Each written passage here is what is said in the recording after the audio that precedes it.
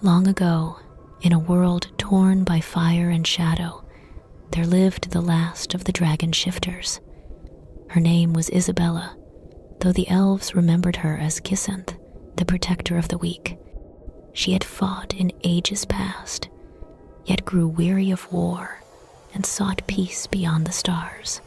But fate is never kind to those who dream of rest. When Gandalf the Grey led Thorin Oakenshield and his company into the cursed old forest, they awoke the legend of the dragon shifter once more. Now, Isabella must face the fire of Smaug, the terror who stole her family, and walk a path where love and vengeance intertwine. This is her story. Isabella, Kisenth, could never remember a time where she was at peace. She couldn't remember a time when there was no war, greed of bloodshed, or that her kin's blood didn't stain the ground.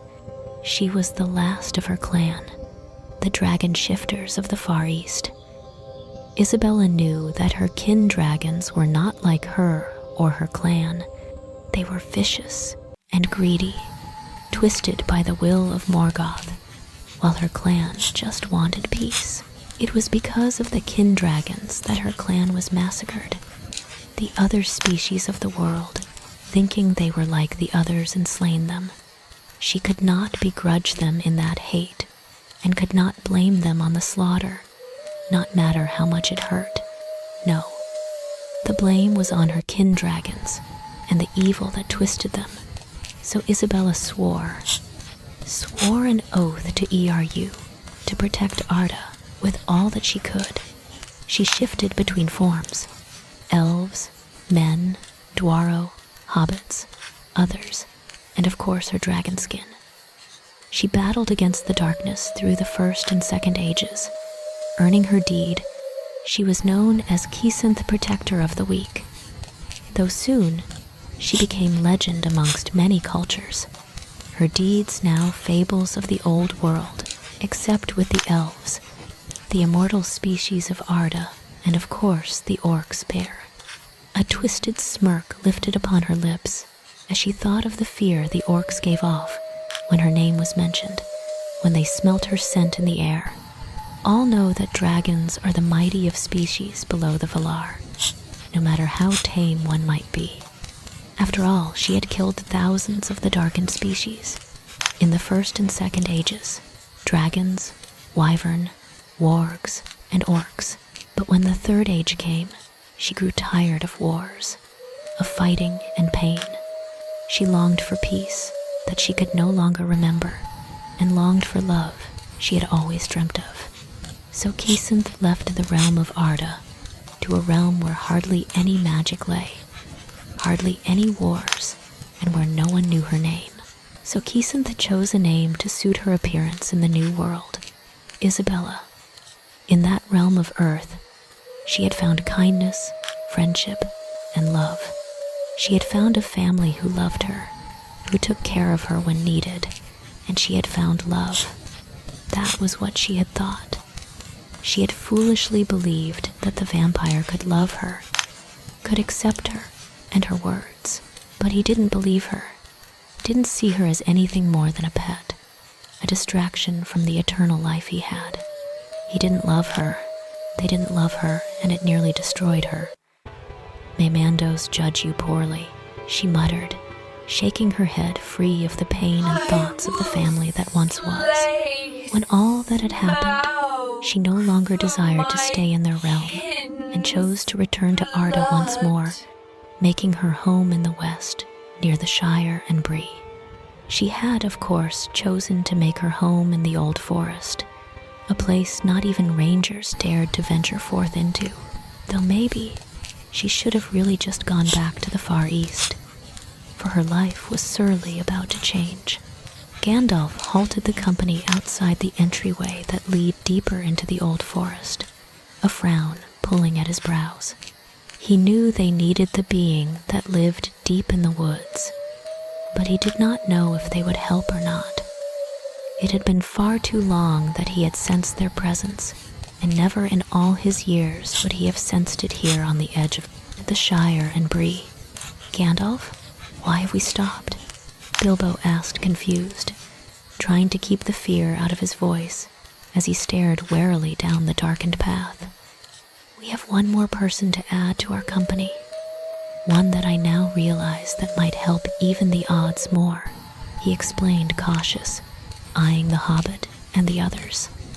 Thorin glowered at the wizard. And who may this person be, wizard? Another halfling? Or will it be man? Neither here nor there, but I assure you, they will be needed on this quest. Without them, there is chance of death, he urged. We best do as he says, Thorin. We should never go against a wizard's instance. Balin supplied his friend and king. Dwalin snorted. It couldn't be worse than the burglar. Fine. Lead the way, wizard, but this better not be a ruse or delay. Thorin growled out, causing the wizard to give him a disapproving glance before urging his horse towards the pathway. Gandalf! We cannot go in there, Bilbo spluttered. The old forest is cursed. The others traded looks with each other as they stared at the fretting halfling. Cursed?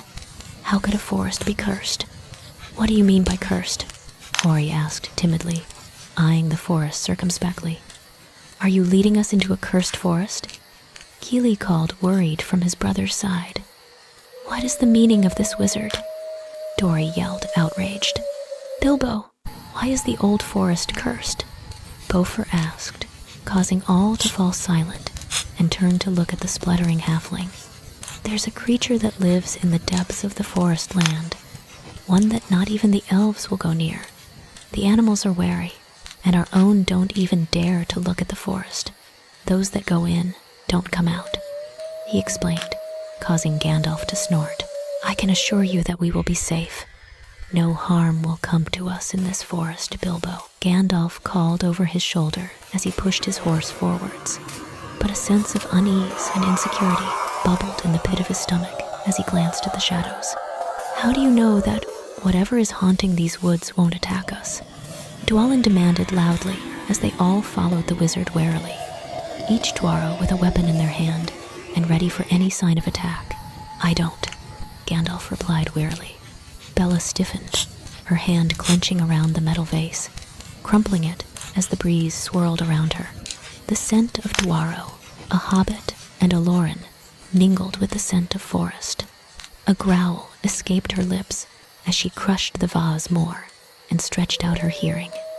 Living on the other side and in isolation has caused her to become relaxed. She should have heard them enter the forest instead of finding they were at her gate.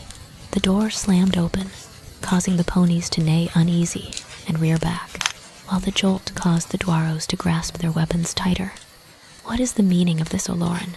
Bringing Dwaro to my home and Doran nonetheless. She seethed as her eyes flickered from face to face, pausing heavily on Fíli and Thorin before snapping to Gandalf. Gandalf stammered out before clenching his eyes shut as Thorin interrupted. I am Thorin, son of Thrain, son of Thror, king under the mountain. The king snapped back, refusing to flinch at her gaze. Ah, you look much like Durin, but I know of Thror, king under the mountain. I take it he is no longer with us. I am Isabella, she hummed before returning her gaze towards the wizard. Come in and tell me why you seek me, Olorin. I am curious. Gandalf quickly dismounted and followed after Kisenth. He knew she was furious. He could see it in the aura she gave off, but he knew she would listen. He cast a look towards the others and hurried them into the cabin. Tell me what brings you here, Olorin, with Dwaro and a hobbit? She asked once again, flat, her eyes never leaving the wizard's face. Gandalf shifted under the dragon shifter's gaze. Can't an old friend stop by? I have not seen you for many of years, Bella snorted. I grew weary of the wars and left this realm. Now stop stalling, wizard. I have no mood for games. She rumbled, the sound vibrating in the Dwaros' chests. While the others regarded the woman with uncertainty and suspicion, Fíli couldn't help but stare in awe. The woman was stunning, beardless and all. He could not tear his eyes away from her. We are on a quest. A quest to reclaim Erebor. Gandalf replied, hesitant, waiting for the oncoming wrath. Bella blinked and frowned. Reclaim Erebor? Are you telling me Erebor, the greatest of dwarven kingdoms, fell? To what? She asked, shocked. Bella knew that she was gone for a long time, but she didn't think she had missed that much. A dragon. Gandalf closed his eyes in exasperation at the sudden answer from Beaufort. Bella's entire body had stiffened, her eyes locked on the dwarf that spoke. She faintly observed that many of the dwarves flinched and grasped their weapons tightly as she stood. A dragon. A dragon? Which dragon? What kind of dragon? She hissed out through clenched teeth, trying to keep her power from rippling out. A fire drake, Gandalf replied, hesitant, before bracing himself. Smaug descended upon Erebor and desolated Dale and the surrounding area. The dwarves watched as the woman seemed to grow in size, as her face darkened in rage at the name that slipped past Gandalf's lips. So you've come to me then, to kill the snake once and for all.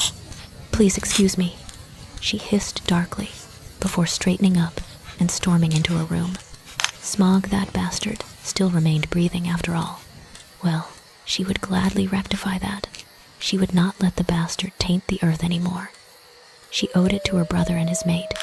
Smaug slaughtered their eggs and then killed them both for their treasure hoard. They did not fight fully, for they suffered from grief. She had hoped the snake died of his wounds.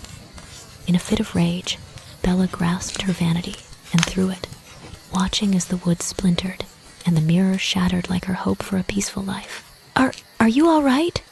Fíli asked from the doorway, causing Bella to freeze in her spot, willing the fire in her breast to calm before facing the flaxen-haired dwarf. He had caught her interest the second her eyes landed on him, his hair gleaming like gold in the sunlight. Handsome, she had thought, as he stood out from his kin with his kind blue eyes and flaxen hair. No, I am not. That bastard slaughtered my brother, his mate, and their unborn children for petty gold. I had hoped he died. I wished for a peaceful life, as I have grown weary of war and pain. It seems neither will happen, but I can assure you, Master Dwarf, that that beast will die by my hands once and for all, she stated, before slumping down on her bed. Fíli felt his heart clench as he caught sight of her pain-filled eyes. Fíli, he blurted out, causing her to look up at him confused. He felt his face heat up as he stammered out his introduction with a bow. Fíli, son of Dis, daughter of Thorin, heir apparent of Erebor. Ah, another Durinson. I have never met a dwarf like you, flaxen-haired prince. Not many would come near me in my anger, though I am curious of your coloring, Bella chuckled out. I take after my father. A Durin I may be, but I do not look it beyond the eyes and nose, he explained softly, waiting for the usual comments. Not many Dwaro took to his colorings, nor did other races when they found out whom exactly he was. Then again, not many Dwaro liked his father as he had found out early in life. He was a hunter from an outcast clan. Do not be ashamed of your father color. You should take pride in the fact. It is a gift. Treasure it as such, she replied honestly. Thursday to Thursday, ain't you? Fíli stammered out, sound-eyed G more as a question than anything. Bella simply smiled softly at the blushing prince. No, thank you, Fíli Durinson. You best go back to the others before they come find you. The young one is nearly here. I'll be out when I gather my things. Fíli frowned before opening the door to the hallway, his eyes locking onto Keely's worried ones. So you will help us? Gandalf was not sure if you would or not. I will help you, Hes Kulan. Let me prepare, and I will join you, she hummed, smiling softly at the confused look upon his face, with a rough-edged term of endearment. When the prince left, taking the other with him, she closed the door and made her way to the bed and dropped to her knees. Bella hesitated a fraction as she grasped the wood trunk before her. Just do it, Kisenth, and it needs to be done. she muttered to herself before pulling the large, flat trunk and flicked open the lid. Her eyes watered as she took in the 2 long blades inside. She had made them when her brother and his mate had died on their last request. She had found them near death and ended their pain, taking their hearts as hers, so no one could use their power later on, and crafted 2 blades from their ashes and dragon claws. She had 2 of their dragon teeth hidden where none can find them. Ones she had found that were broken off when Smaug attacked. It was dangerous if any creature found the remains of a dragon shifter, and so she burnt their corpses with her flames and made blades with the ashes. Ash made by dragon fire could be forged into the strongest unbreakable weapon when combined with any metal. These were different, as it was ash of a dragon and forged with mithril, the last of her own horde. Her hands drifted softly over the black carved claw hilt and grasped it firmly, jolting at the echo of her brother's power washed over her. I miss you, Geralth. I will avenge you in Apophis, once and for all, she swore before strapping the blades to her back. She didn't need armor, as under her heavy tunic, her body was layered with her scales across her chest and down her back. That was the downside of her human-like form. The dragon scales never truly went away, just faded into dull colors and near human color. Her wings, on the other hand, were imprinted into her flesh, from shoulder blades to ankles, and that she learned when she was a mere hatchling was better than growing them again when transforming. It was good because nothing can pierce them, but it would be hard to explain if the Dwaros saw her bare skin in some capacity. With a huff, she grabbed a bag and filled it with what she would need, and grabbed her hobbit-sized cloak for the halfling in the group. She said she will help. We should let her. Fíli argued over the others. We have Gandalf to help slay the dragon. We do not need a woman on this quest. Good Lacoin yelled, slamming his hand on the table. It is bad luck to bring her. We cannot guarantee her safety. Aye, he has a point. Women of any race should be protected. Mahal will strike us down if she dies, Balin explained softly in thought. I assure you that would not be a problem, Master Dwarf. I do not need your protection nor want it. Besides, there is more chance of you dying than I, Bella explained with hidden amusement. All the Dwaros stopped mid-talk and stared at the woman. More importantly, the weapons on her back. Gandalf smiled sadly as he realized what the weapons were and bowed his head in respect. Those are some nice swords, Lady Isabella. What are they made of, if I may ask? Dori asked politely as he stared at the black hilt. The corner of Bella's lips twitched in amusement at this. The blade is ash and mithril, and the hilt is dragon claw, she explained flippantly. Dragon, dragon. How many have you killed? Ori stammered out. Many, Master Dwarf, many. This is for you, Master Hobbit. You will need it if it rains, she explained, handing the cloak to the stunned halfling. Bilbo jolted, his hand grasping the soft leather cloak with wool and lining. He could tell it was old and well-worn. Thank you, Lady Isabella. You're welcome, Master Hobbit. The coat you have on will not be enough, nor will it protect you if it rains, she explained before donning her own cloak and bag. There were no more arguments as they left her home, all eager to leave for the quest and leave the unsettling forest. The ponies neighed unsettled as she made her way towards them. I will be walking behind you all. Animals do not like my presence, she explained when all riders were upon their mount. Each bar one-eyed her unsure and wearily causing her to sigh. I can keep up. Do not worry yourselves with me, she grumbled out before striding down the path, grumbling to Gandalf as she passed. Dre ni fun neen, she warned him in her mother tongue. Gandalf nodded at the threat. It is not my story to tell. Bella snorted. "That hasn't stopped you before. But this time, don't say a word. They will not trust me if they knew I was a Dova." With that, no other word was said between them or the company as they made their way out of the old forest and towards Bree. True to her word, Lady Isabella kept pace with them all, even on ponies as they made their way to Bree. She was even able to stay in stride and converse with either Gandalf, Bilbo, and more surprisingly, Fíli and Kili. Though they did notice, she kept a safe distance away from the ponies as she did so. And when the sky grew dark halfway to Bree, Thorin called halt and to make camp. Everyone bar Isabella and Gandalf sagged in relief. Each Dwaro began to set to work, laying out their roles and setting up a fire, while Bilbo winced and groaned at the saddle sores. "Su prag wa near. I need to hunt," she muttered to the wizard, the words flowing from her tongue with a growl. She had not had use for dragon voice for quite some time, and now she seemed to be speaking it freely. But she needed to hunt, the taste of blood on her tongue.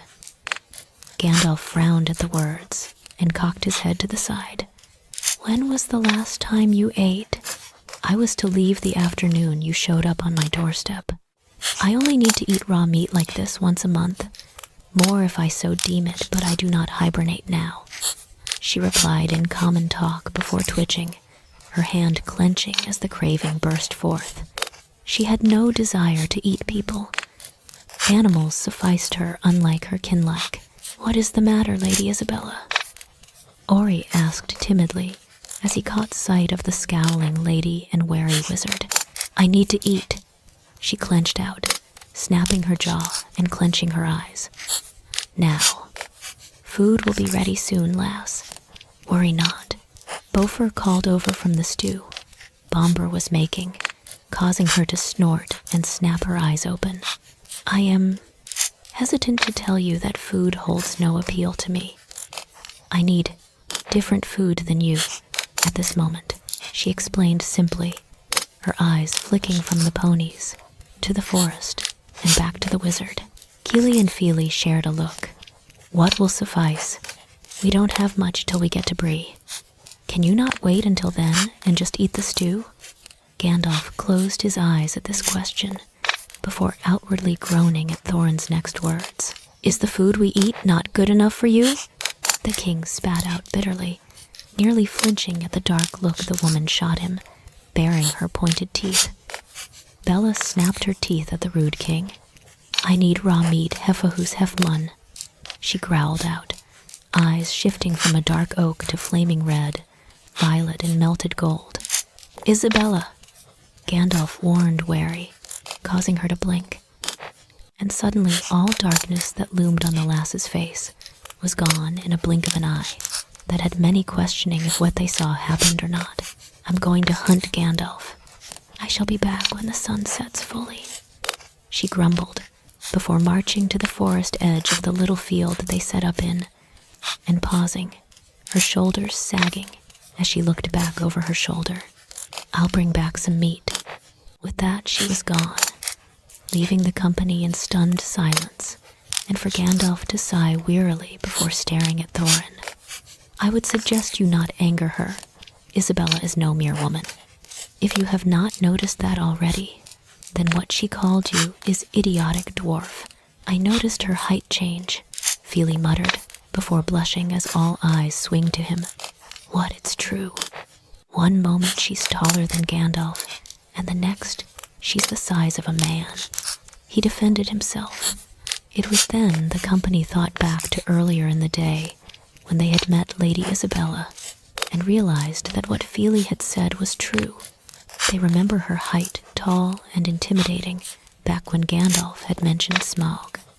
She wasn't an elf, as she had no pointed ears, and what they just saw proved she wasn't a man, as her teeth were jagged and sharp, ones that they clearly remembered were normal. "Gandalf," Dori called after a while, drawing the wizard's attention. "Huh?" He hummed, not once glancing away from the direction Kisenth disappeared into. A roar echoed the silence, followed by trees splintering, causing the company to jerk to their feet, weapons in hand, as they readied themselves for an attack, all bar Gandalf that was, who still sat back and puffed at his pipe. "That was closer than I thought you would be," Gandalf called out, confusing the others, even more so when a very feminine laugh followed. Well, this was a tricky thing to catch and herd back, Lady Isabella stated as she stepped into the firelight, a large boar on her shoulder. The front of her was covered in blood, and her teeth gleamed like rubies in the firelight that had many of the company tip their remaining stew into the pot, suddenly losing their appetite and gaining a hunger for boar. "Bless my beard, lass. How'd you get that?" Good Luck Oy asked, stunned from his spot next to Oy. "Are you hurt?" Owain demanded, eyeing he blood on the woman. The question caused all the company to pause and stare at the blood-stained garment and flesh in worry. They had let a woman go out and hunt alone. It didn't matter if she had killed dragons or not. Bella blushed as she looked down at the remains of her kill's partner. "I'm not hurt," she stated simply with a shrug before dropping the boar down by the fire. "Then why are you covered in blood?" Keely asked, causing Bella to grin as she began to skin the animal. "My dinner was a little messy," she chuckled. "What are you?" Ori blurted out before blushing. Bella chuckled. "I am a shifter, Master Dwarf." "You're the monster in the woods?" Bilbo asked, wary before flinching at Lady Bella's scowl and the sudden harsh jerk of the knife in the dead animal's chest. "Yes, but answer me this, Master Baggins. After that winter 30 years ago, has the Shire been raided by orcs and wargs? Wolves? Has any of your kin been taken by the spirits that live in the ruins? It is because of my presence in that wood that your Shire has been safe. So tell me, who the Monster Island?" she growled out lowly.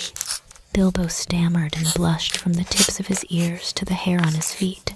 "My shifts cause me to crave raw meat on a monthly basis. The larger the shift, the more I need to eat. Please excuse me. I'm going to clean up and then rest." She sighed out before sheathing her dagger and making her way towards the dark forest. Her clothes were fine with the bloody mess, but her skin needed to be clean.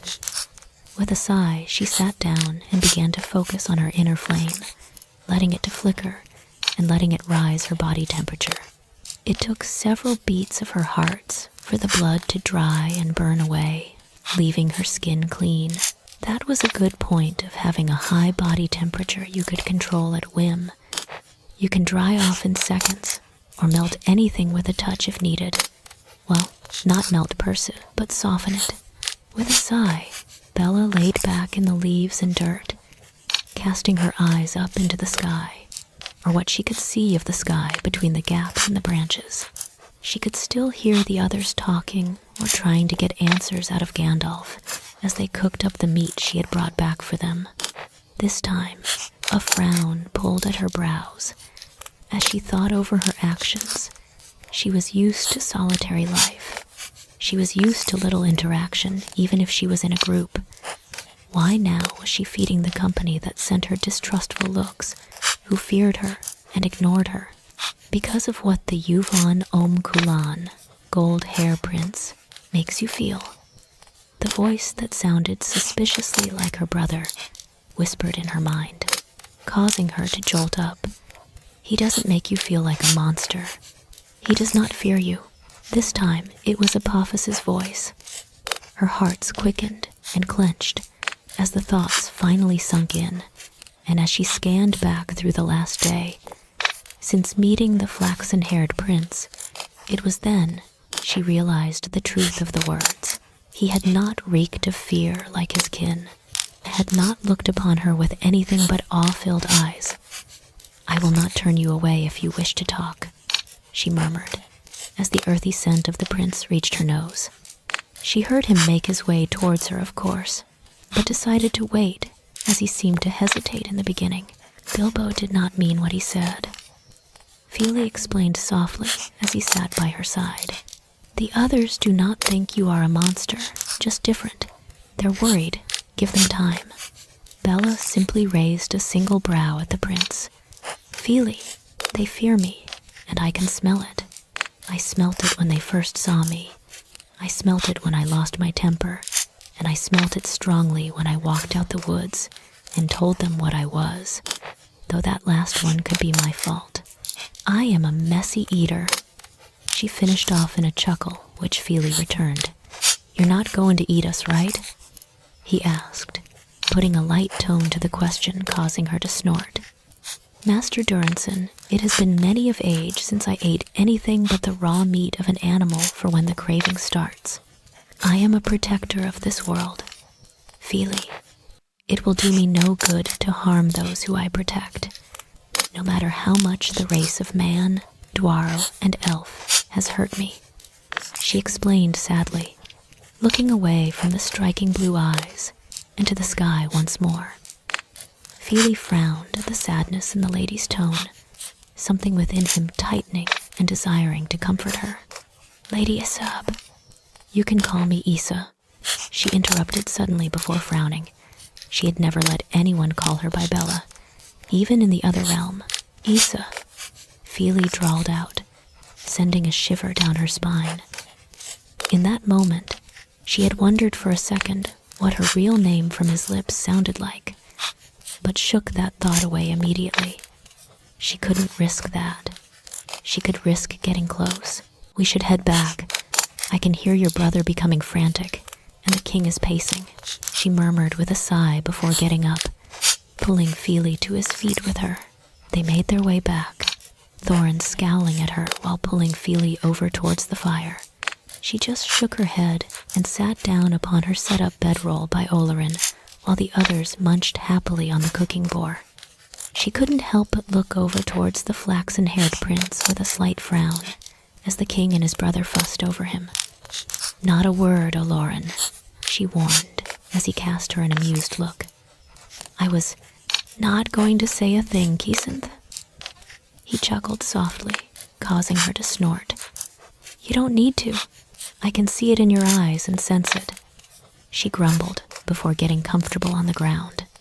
She continued to watch from her spot away from the others as they ate and laughed at the hobbit slightly further back from them, but closer than she was. I'll be watching tonight. It isn't safe in these parts anymore, she murmured to the wizard, her eyes scanning the darkened forest. The rangers do so much, but people have still been attacked by orcs, or even just robbers.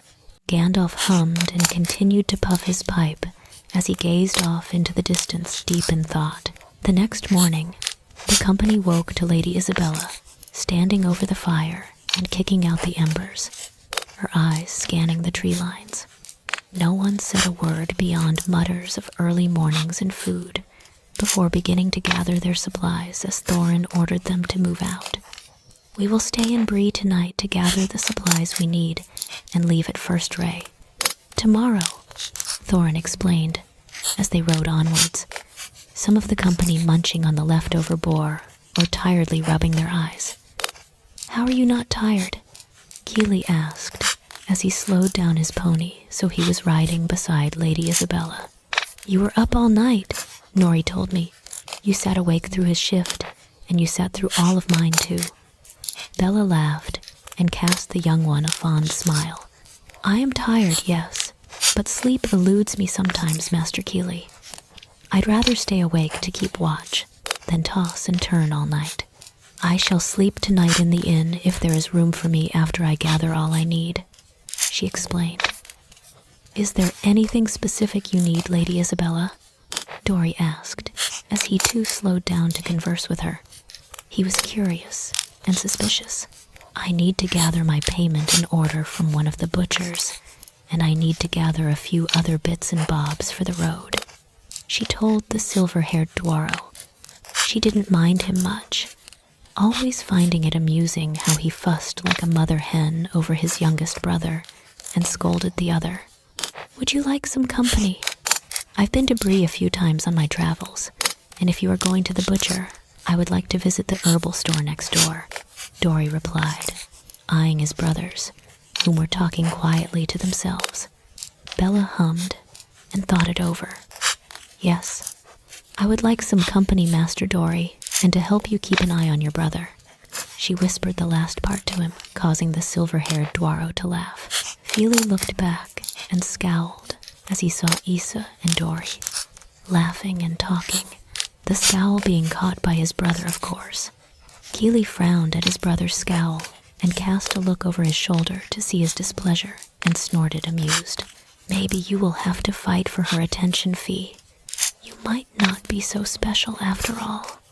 Kili chuckled, amused, teasingly, his smile slipping as he saw the dark look flash across his brother's eyes before he turned his head back around and stared blankly at their uncle's back. A frown pulled at Bella's brows as she heard the comment from Kili. What on Arda did he mean by that? They made it to Bree in the late afternoon, when the hustle and bustle of the town thrived from people going from store to store to trade, sell, or just simply look. It was something Bella found amusing and hated all at once. It reminded her of Seattle, to be frank, but messier and smellier. Too many people, too much noise and arrogance in between the peace and whatnot. Mistress Isabella, I did not think to see you so soon, the gatekeeper stated, startled, as he saw her standing amongst the group of dwarves. Are you in trouble, mistress? He hesitantly added. The Dwaros stiffened at the remark, their eyes flickering to the man before them while Bella snorted. No, Mr. Goatleaf, they are my companions. I am early due to having to travel to the Iron Hills for trade. These gentlemen have offered me a place to travel with them, so I not be alone, she explained, with a soft smile, and the Dwaros had to do a double take at the soft innocence that rested on the woman's face. Gandalf just chuckled silently to himself as he pushed on forward. Shall I send word to Mistress Valerie that you will be by shortly? He asked, causing her to smile wide. That would be wonderful, Mr. Goatleaf. Would you be able to send word that myself and my companions will require rooms at the inn for tonight? She asked with a slight laugh to her voice as she watched the man nod his head enthusiastically, calling for his son Harry to do some errands. Thank you ever so much. Some of my companions will go to the stables first before making their way to the inn. They bid farewell to each other before finally the company moved on, following Lady Isabella towards the inn. How did you do? That?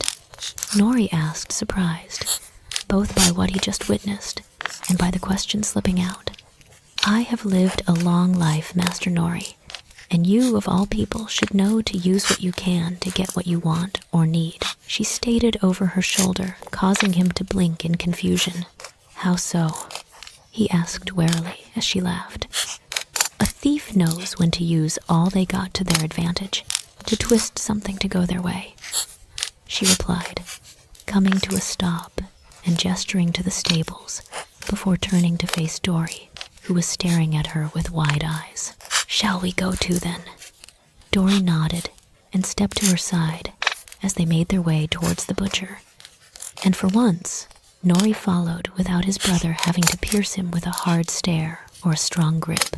Ori, on the other hand, was looking between Lady Isabella and his brothers with bubbling amusement. His older brother was relaxed enough to not fuss, and Nori was stunned into silent obedience. How did you know? Did the others tell you? He asked shortly after they began to walk, causing her to laugh and turn to face him.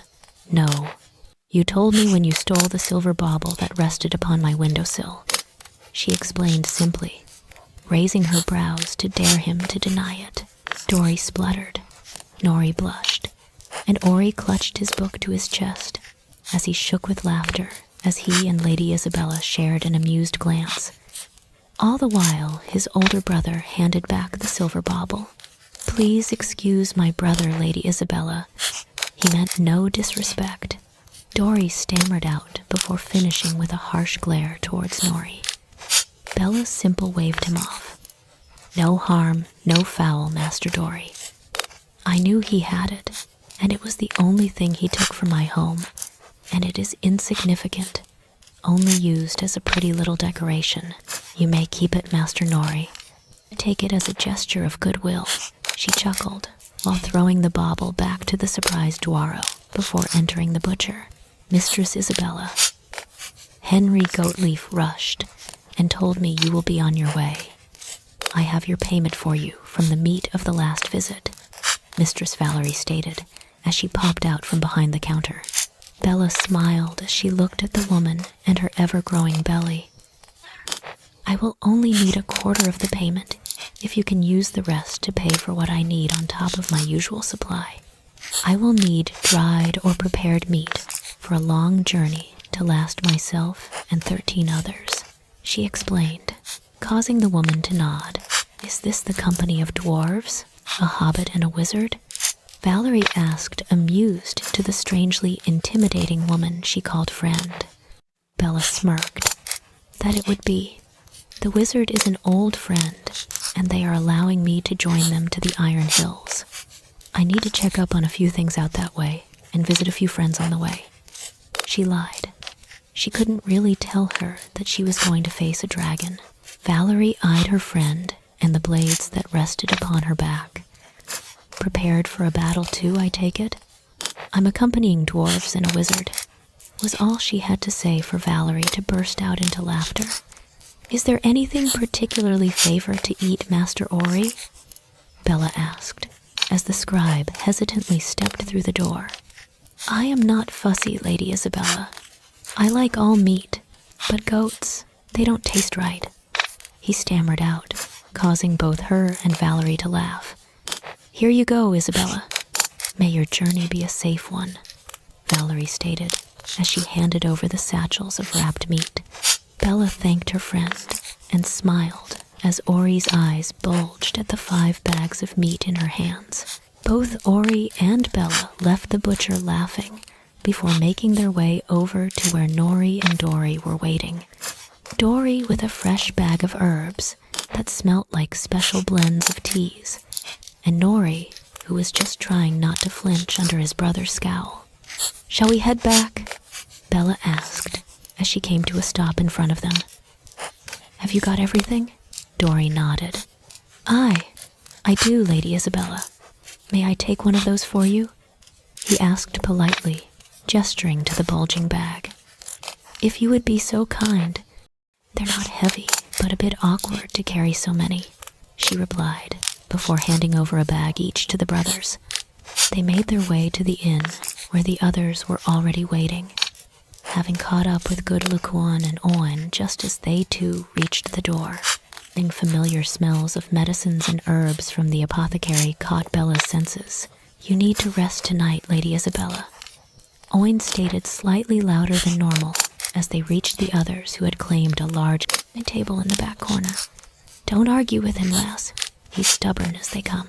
Good Lukuan chuckled as she went to argue. With a sigh, Bella nodded and began to converse with Dory, once again about his tea blends, and Nori, all the while trying to ignore the scowl that was rested on the flaxen-haired prince's face. Bella laughed as she leant back against the wall as the company insulted one another while they drank drink after drink of mead. Even Gandalf was finding it amusing as he sat in the corner and puffed at his pipe. Of course, Master Baggins was greeting a cousin and sharing a meal with them before they left. Though she was enjoying the company slightly, she still felt overwhelmed. Ever since returning from the other realm, actually, ever since her kin had died and the wars ended, she could not deal with people well. It wasn't anxiety per se, but it was a close agitation. Her senses got loud and bright to her already heightened abilities. On top of this, she could feel Fíli's eyes upon her for periods of time when his brother wasn't distracting him or someone else. She didn't know why all of a sudden he was staring intently at her, much with a scowl as to only the other night he was joking with her. What on earth had she done since then, and to the point she arrived in the tavern to anger him so? Ah, Miss Isabella, here you go. Your usual. Bella smiled up at Bertrand as she took the large plate of rare meat from him, while the two cooks placed the food for the Dwaros down. Thank you, Bertrand. I'm sorry for the short notice, she explained, causing the keeper to snort. There's no need, miss. Valerie sent Audouin when you left to inform me. It truly is no problem at all. The least I could do since you helped with bringing in game so we could support ourselves more. Bertrand explained honestly as he stared at the kind woman before him. He, like the others, were always nervous around her, something screaming she was dangerous, but she has been nothing but kind to his small family and others. Ah, yes, your wife is a wonderful woman. Thank you again, Bertrand. This is for you in kind for the food and whatnot. It'll also cover the dwarves and the hobbits' drinks for tonight, she explained before pulling out a small leather pouch and handed it to him. I know better than to argue with you, miss. I'll leave you to it. I'll let the hobbits know their drink for the night is paid for. Howler help us. He chuckled before making his way over to the hobbits' company. The Dwaros stared at her in stunned silence, watching as she began to eat her food as if nothing had just happened. Gandalf simply smirked at what he had just witnessed. Though Yavanna's daughter she may be, Kisenth was still a dragon. Bella's ears twitched as she looked up from her food and stared directly at Gandalf. Not a word, Aloran, meddling Lazi. It was then that she caught the untouched food and staring eyes of the Dwaro. This caused her to straighten up and frown at them all as she placed her food back down on the table. What? They are merely stunned. You bought them dinner and paid for everything else without asking for a thing in return, Gandalf explained to his old friend, causing her to raise her brows and look down at her hand. He could see the wheels turning in her head as she thought over everything before unconsciously glancing at Fíli. It was then he knew that the trip would be far more entertaining than he hoped, but he was pleased as well. Kisenth deserved happiness. Well, okay, eat. It was nothing, she stated slowly before laughing, as the hobbits began to break out in song. A quick glance over her shoulder, she could see Master Baggins, just sipping at his drink and shaking his head fondly at his friends and kin. The Dwaro just shook their heads and began to eat, still unsure as to why the lass had bought them food. It was unaccustomed for people to show them kindness in any form of way, and so far they have ignored her and angered her, treated her suspiciously. But here she was, buying them food and ale. Bella's ears twitched, causing her head to shoot up, nose flaring. She couldn't smell anything beyond the people, ale and food in the tavern, but she could hear the wheezing growls of orcs and wargs heading towards Bree. Olorin, she growled, low standing, all eyes snapping to her in shock at her sudden movement. I need to go. I'll be back soon. Dain Nin Tariq, keep them safe. The company watched as she fled the tavern, a mighty scowl upon her face and eyes flashing with fire. Fíli stood to follow her, pausing when Gandalf shook his head. It would not be wise. Isabella has caught the sound of something that must be taken care of. She will be well and back when her business is done. He hummed before eyeing the company once again, his knowing eyes pausing on Fíli. I suggest you all go and get some rest. Fíli stood, pulling his brother with him, and dragged him to the room, Thorin following soon after. They both wanted to know why Fíli had been acting odd since they met the strange woman, and now was the time to get some answers. What? Fíli asked as he was pushed into the room by his brother, Thorin closing the door behind them. Keely frowned. Fí, what's gotten into you? What do you mean? Nothing has, Fíli replied, his smile dropping. This time it was Thorin who stepped forward, grasping his nephew's shoulder. You've not stopped looking at Lady Isabella. You grew jealous when she left with the Ree brothers, and you have followed her. We just want to know if you are all right. Fíli's shoulders sagged, his head bowing at the words. She is my one, he whispered. Thorin raised his brows in shock and surprise, while Kili tackled his brother in joy, even though his own heart was clenching with pain that he may now lose him. That is a good thing, brother. Is it? She isn't a dwarf. She's a shapeshifter. And what if she doesn't want me? He asked, his eyes glassy, as he lifted his head up from Kili's shoulder to look at his uncle. I do not know what to tell you, Fíli, for I have not found my one. I can only tell you to keep trying. I have noticed that Lady Isabella has taken a liking to you, but whether that be friendship or more, I do not know. But I will not stop you from now on. Thorin sighed out, shaking his head. Dis will skin me alive if you were hurt, but this is something you must learn to do by yourself. Get some rest, boys. We leave early in the morning. Kili and Fíli watched Thorin leave the room silently, Fíli deep in thought and Kili clutching his brother tightly. Fí, you're not going to leave me, right? No, Ki, I won't. Fíli replied reassuringly. He just hoped that his one would understand that with him came Kili. Promise? I promise, Nadadith. Bella didn't hesitate to leave Bree, heading for the direction of the warg pack. She didn't know why the urge to destroy them was strong, but her instincts screamed at her to kill them all. So here she stood far away from Bree, standing in the field with the moonlight glinting off her blades. She waited until they reached the forest's edge, her eyes glowing and teeth gleaming, laughter spilling from her lips as the wargs came to a sudden stop and whimpered. Tell me why you are heading to Bree, she hissed in the black speech, watching as the orcs shared a look. Pillaging or a bounty? What are you? You're not elf, man or dwarf, one of the riders snarled. She snapped her teeth at him before looking back to the leader. Tell me, what is your purpose in these lands, and I won't kill you if it's worth it, she lied. My master wants Oakenshield's head and all that run in that filthy bloodline. He took 2 now, he wants the rest, the leader informed, ragged lips pulling back in a decaying smile. And who is your master? She asked, lowering her swords ever so slowly to show that she was no threat, no matter how much the wargs refused to budge. Azog.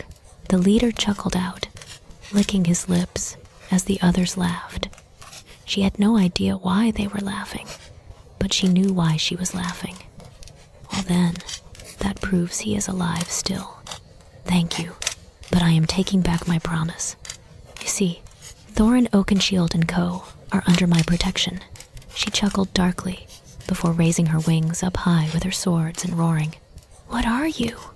The leader snarled furiously now.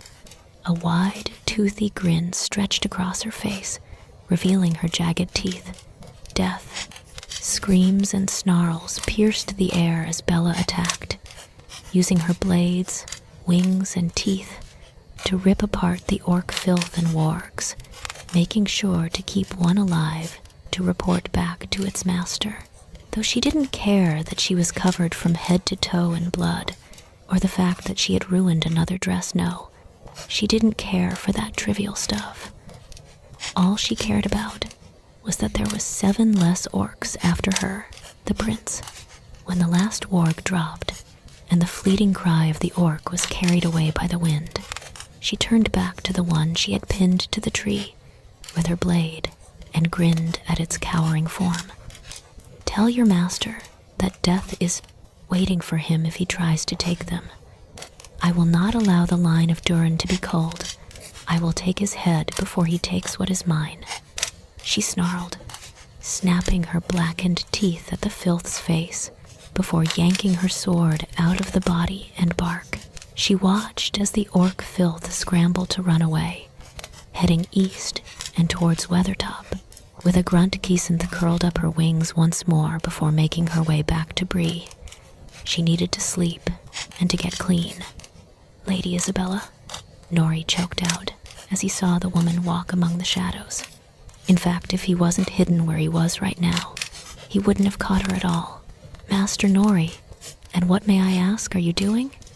she asked, sighing at the fact she had been seen and amused at the startled look upon the Dwaro's face as he climbed out of a window. "Getting something for Ori, an ink he saw today." "What is that orc blood?"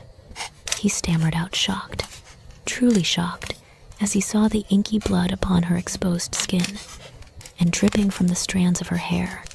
There were even chunks in her hair. Now, Bella knew she had two options: tell the truth or lie. Her mind screamed lie, but her instincts said truth. "I culled an orc pack. I need to report to Thorin, but I cannot be seen by others like this." Nori nodded. Understandable. "Ori, Dori, and I are sharing with the family. The window is the second one up from the side door. Go in there and wait. I'll gather the others." A relieved sigh escaped her lips, and Nori watched as she rushed across to the inn and with some outstanding maneuvers managed to get into the window. He would have to hurry now, for he knew that Dori and Ori, along with Bifur and Bomber, had returned to the room. Thankfully, he didn't have to go far, as Dwalin had caught him by the coat collar as he rushed towards the door. "Where have you been, thief?"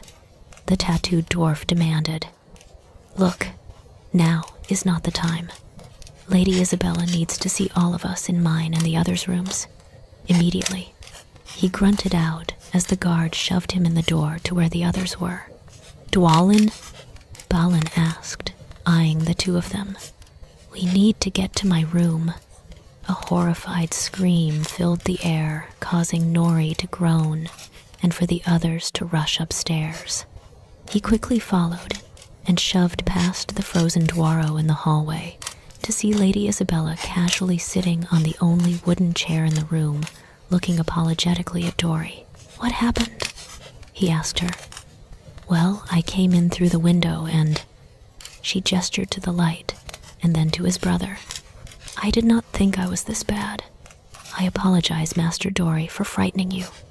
Everyone blinked and shuffled in the room when Gandalf stepped out of his room and ushered them in quickly as he saw Kisenth.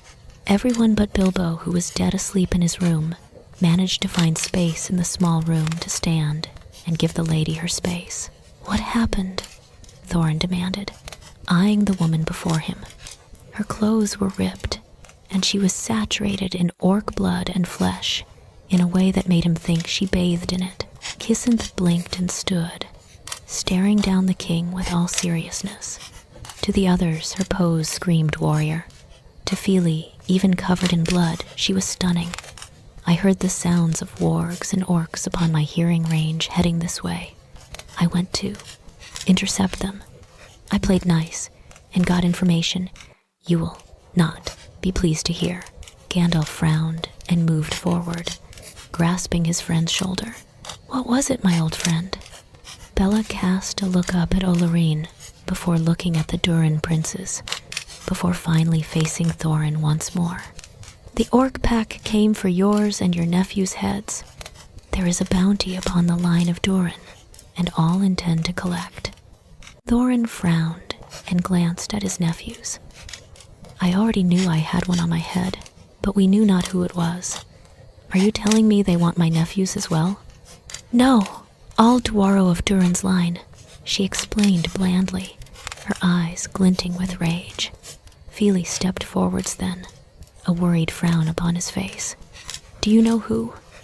"Yes." She sighed out, shoulders slumping once more, and returned to her seat near the fire. "They told me it was Azog." The reaction was loud and instantaneous. "He is dead. He died of his wounds long ago. Believe me not. Either way, you have a bounty upon your head. It is what they told me." She sighed before looking into the flickering flames. The colors soothed her as she watched the blues, oranges, and reds dance. "Thorin, she is right. We may need to leave before sun's light if we wish to get ahead of them. They could come back." Balin whispered to his old friend and king. Master Balin is indeed correct. There will be more. I killed 7, but there will be more, Bella hummed tiredly. Dori finally snapped out of his shock and gasped, horrified once more. Oh dear, look at you. You are covered in blood, and your clothes are torn. You need to be cleaned up right away. Oh, look at your hair. You have chunks of flesh in your hair, lass. Good Locoin spluttered out as he finally took in every last detail of the woman before him. Well, when one rips apart orcs and wargs, it tends to happen. She replied, snorting, completely ignoring the fact that Dori was hovering around her and plucking out the chunks with little whines. She knew all too well what Dwaro were like with their hair. Someone go get a basin and water. Keely, can you go and grab Issa's bag from her room and our combs from our room? Nori, we need towels and more clothes for her. Can Dwalin, Good Lucoin stand guard? Bomber, can you go and get her something to eat? Everyone out! Fíli ordered out. The only one moving on command was Nori, who was more than glad to steal something like this for the lady. Thorin and Balin were amused. If I didn't know any better, I would think he was trying to usurp me of my throne before I reclaim it. He chuckled to Balin. Go on, you heard him! At Thorin's loud command, they all jumped to do what Fíli asked for, causing Bella and Gandalf to chuckle. Everyone bar Dori left, who was still mothering over Bella, and Ori, who decided to help him get the chunks of flesh from her hair. What got up the lads, Jaxie?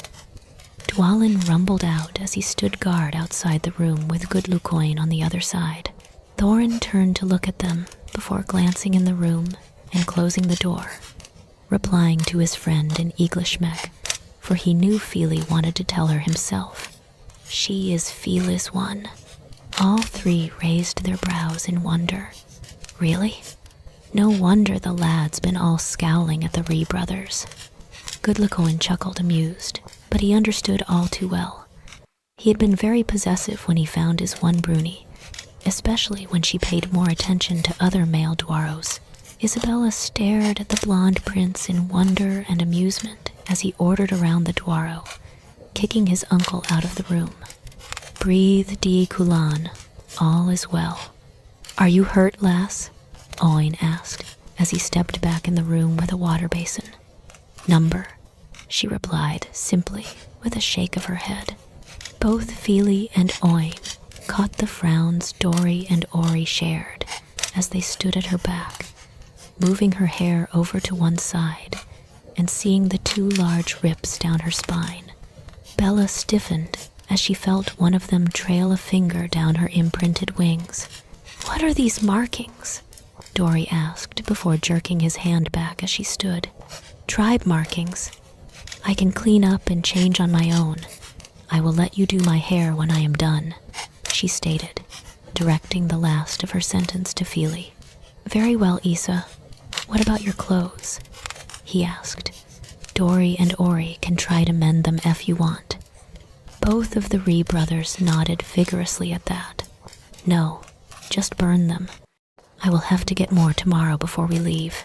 She hummed her reply, her voice tired as she picked at the half-dried bloody clothes. Oh no, you don't need to worry about that. I got all you'll need clothes included, Nori replied happily as he walked inside with a few towels and a few new clothes on top, an assortment of dresses and leathers. Dori shot his brother a scowl, but said nothing, for even though they were stolen, Lady Isabella did need new clothes. She had been through 2 dresses already, and he didn't know if she had brought more or not. I would ask you how you know my size, but I can see that your family are tailors and dressmakers. Plus, I know your skill sets, Master Nori. Isabella chuckled as she grasped the basin from Oin and the clothes before walking into the washroom off to the side. There was no chance for her to just burn away the blood this time, for she knew they would find it suspicious if the water was still clean, and she was clean as well.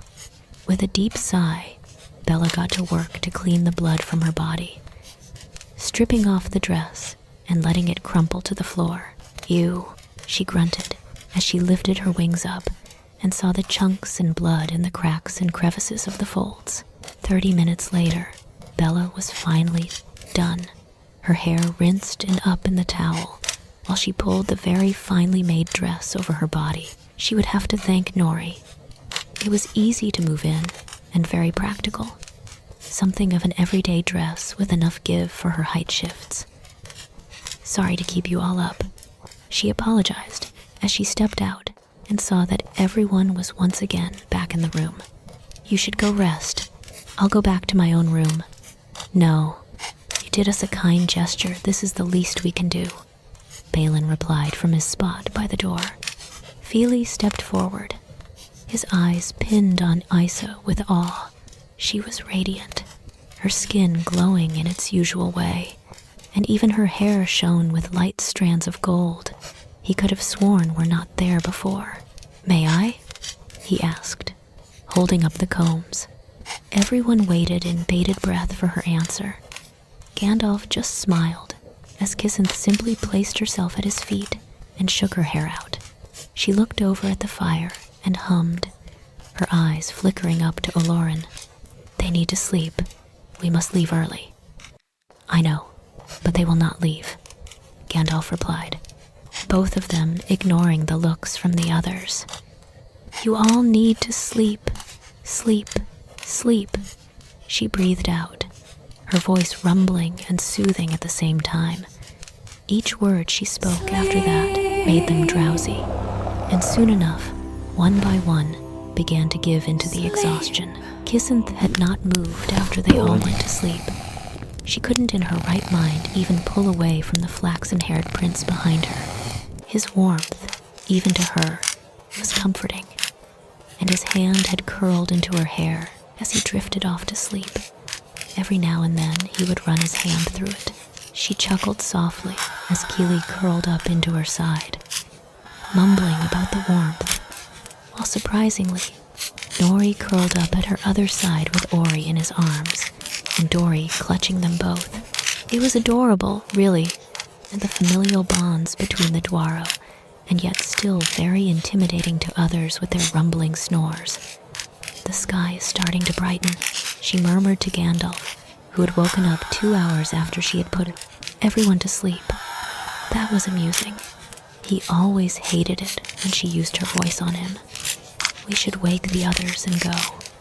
I must say, Kisenth, I didn't think I would see the day," he murmured back softly, careful not to wake the others. She frowned at the Maiar. "See what day? That you would find your mate." Gandalf chuckled. "What?" she yelped, causing all the Dwaro to jerk awake and up, hands ready and some with weapons. "What? What is it?" Dwalin asked as he blinked the sleep haze away and turned to look at Lady Isabella glaring at the wizard. Fíli jerked his hand back reluctantly as he cleared away the haze to see his hand tangled in Isa's hair. His brother curled up on one side of her, and she between his legs, head resting on his thigh.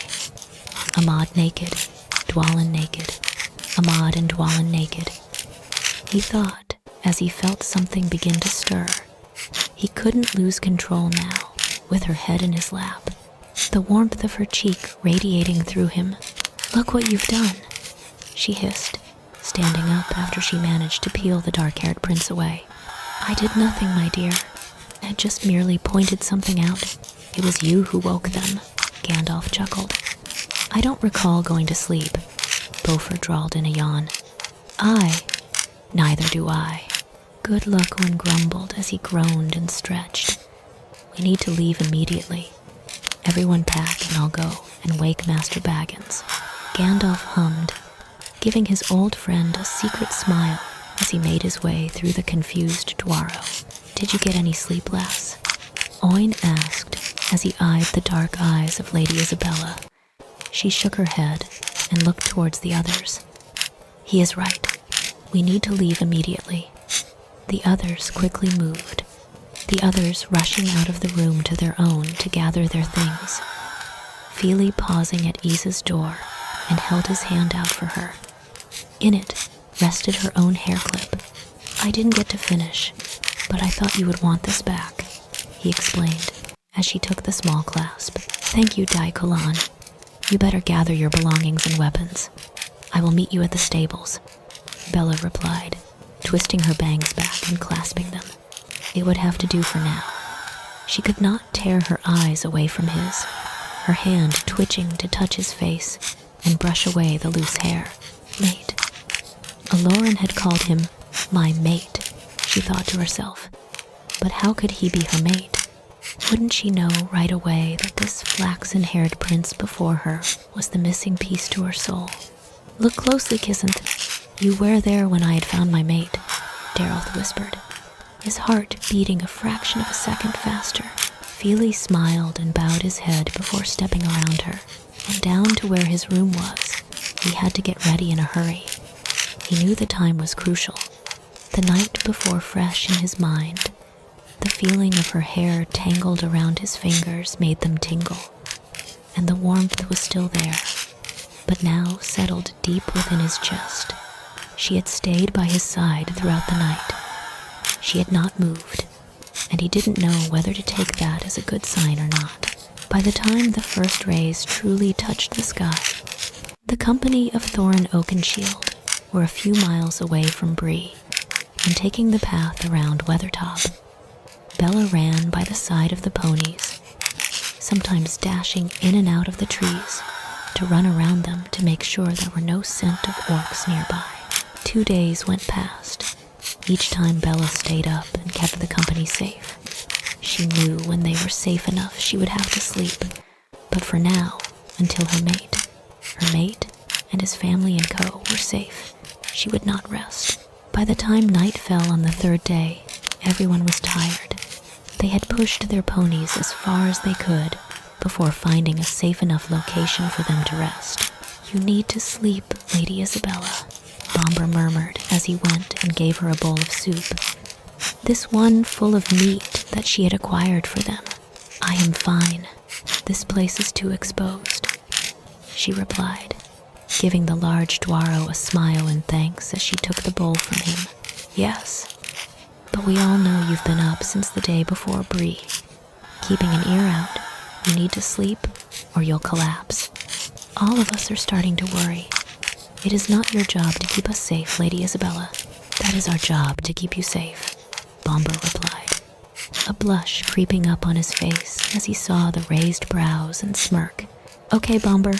Tonight, I will let someone take over my shift when this one is complete," she chuckled, quickly draining her soup bowl and handing it back to him. "The food is delicious. It's been a while since I've had something that nice. And ain't that the truth? There was nice food on the other side, and on Earth, where she had been for quite some time. But there was nothing more satisfying than food cooked from the plants and meats of your home." Bomber blushed and gave her a smile before making his way back over to the fire, where everyone was either talking or resting. "Did you tell him the truth or lie?" Nori asked as he dropped down from the tree. He had taken a liking to the lady, and it was an odd feeling.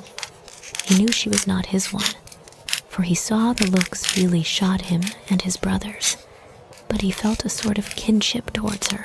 "No, I will sleep. I can't keep going on for much longer without the dangers of sleeping for 3 days," Bella stated, casting a look to the star-haired Dwaro. "You need to be more quiet on your feet. I heard you the second you made your way here." Nori chuckled. "Well, usually I can sneak up on people with ease, but you've got better hearing than others. It's the animal in me, Master Nori. Now what can I help you with, Master Baggins?" Bella asked, laughing as Nori jerked in surprise as he glanced down to see Bilbo at his elbow, giving him an apologetic stare. "I came to apologize," Bilbo stated, and Nori took his quay to leave. He and the others knew that Bilbo had tried hard to get Lady Isabella alone since they left Bree. "There is no need to apologize, Master Baggins. I understand," Bella hummed, turning her head to look back out across the hillside. Bilbo shook his head. "No, I do need to apologize. I had believed many of what the others told me about the forest, but the hobbits in Bree told me about you and all you have done for the town. It would seem impolite and rude not to apologize, and thank you for paying for our drinks," he stammered out. "Master Baggins, it is all right. Go and rest. You've had a long day, and I can feel your anxiety," she urged, gesturing for him to head back to his bedroll. Bilbo opened and closed his mouth a few times and nodded, heading back to the others. "What is it you see, Kisenth?" Gandalf asked as he made his way over to the dragon shifter when he saw her head jerk up sharply, her eyes flashing. "Orcs!" she growled out, her body jerking forward to go and call the horde once again, but stopped when she felt a hand upon her arm. "Not tonight. They won't come close, for they know you are here. You need to rest. I can see how much of a toll being up for so long has started to affect you. Rest now, dear. Fíli and Kili have taken the next shift," Gandalf hummed softly, patting her shoulder before making his way back to his own spot. She didn't know when she finally fell asleep, but she knew the very second she woke up as a screech filled the air. "What was that?" Bilbo gasped as another scream pierced the air. His eyes jerking to dot, Kili jerked worriedly, his eyes scanning the dark orcs. "Orcs!" Bilbo stammered out, panicked, as he rushed towards them, disbelieving in what he was hearing. Fíli and Kili shared a look. "Throat cutters. There'll be dozens of them out there. The lowlands are crawling with them," Fíli explained casually. "They strike in the wee small hours, when everyone's asleep. Quick and quiet. No screams. Just lots of blood," Kili continued, casting his brother a look as Bilbo looked away in fright, the both of them laughing. Bella stood, pulling out one of her swords as she stood on the cliff's edge, her eyes locked on the pack across from them on the other cliff, a kilometer or so away, far enough for them not to be seen by the Dwaro, but still close enough for her to see and hear them. Thorin had jerked awake at the mention of orcs, a scream in the distance, while his sister sons laughed at it all.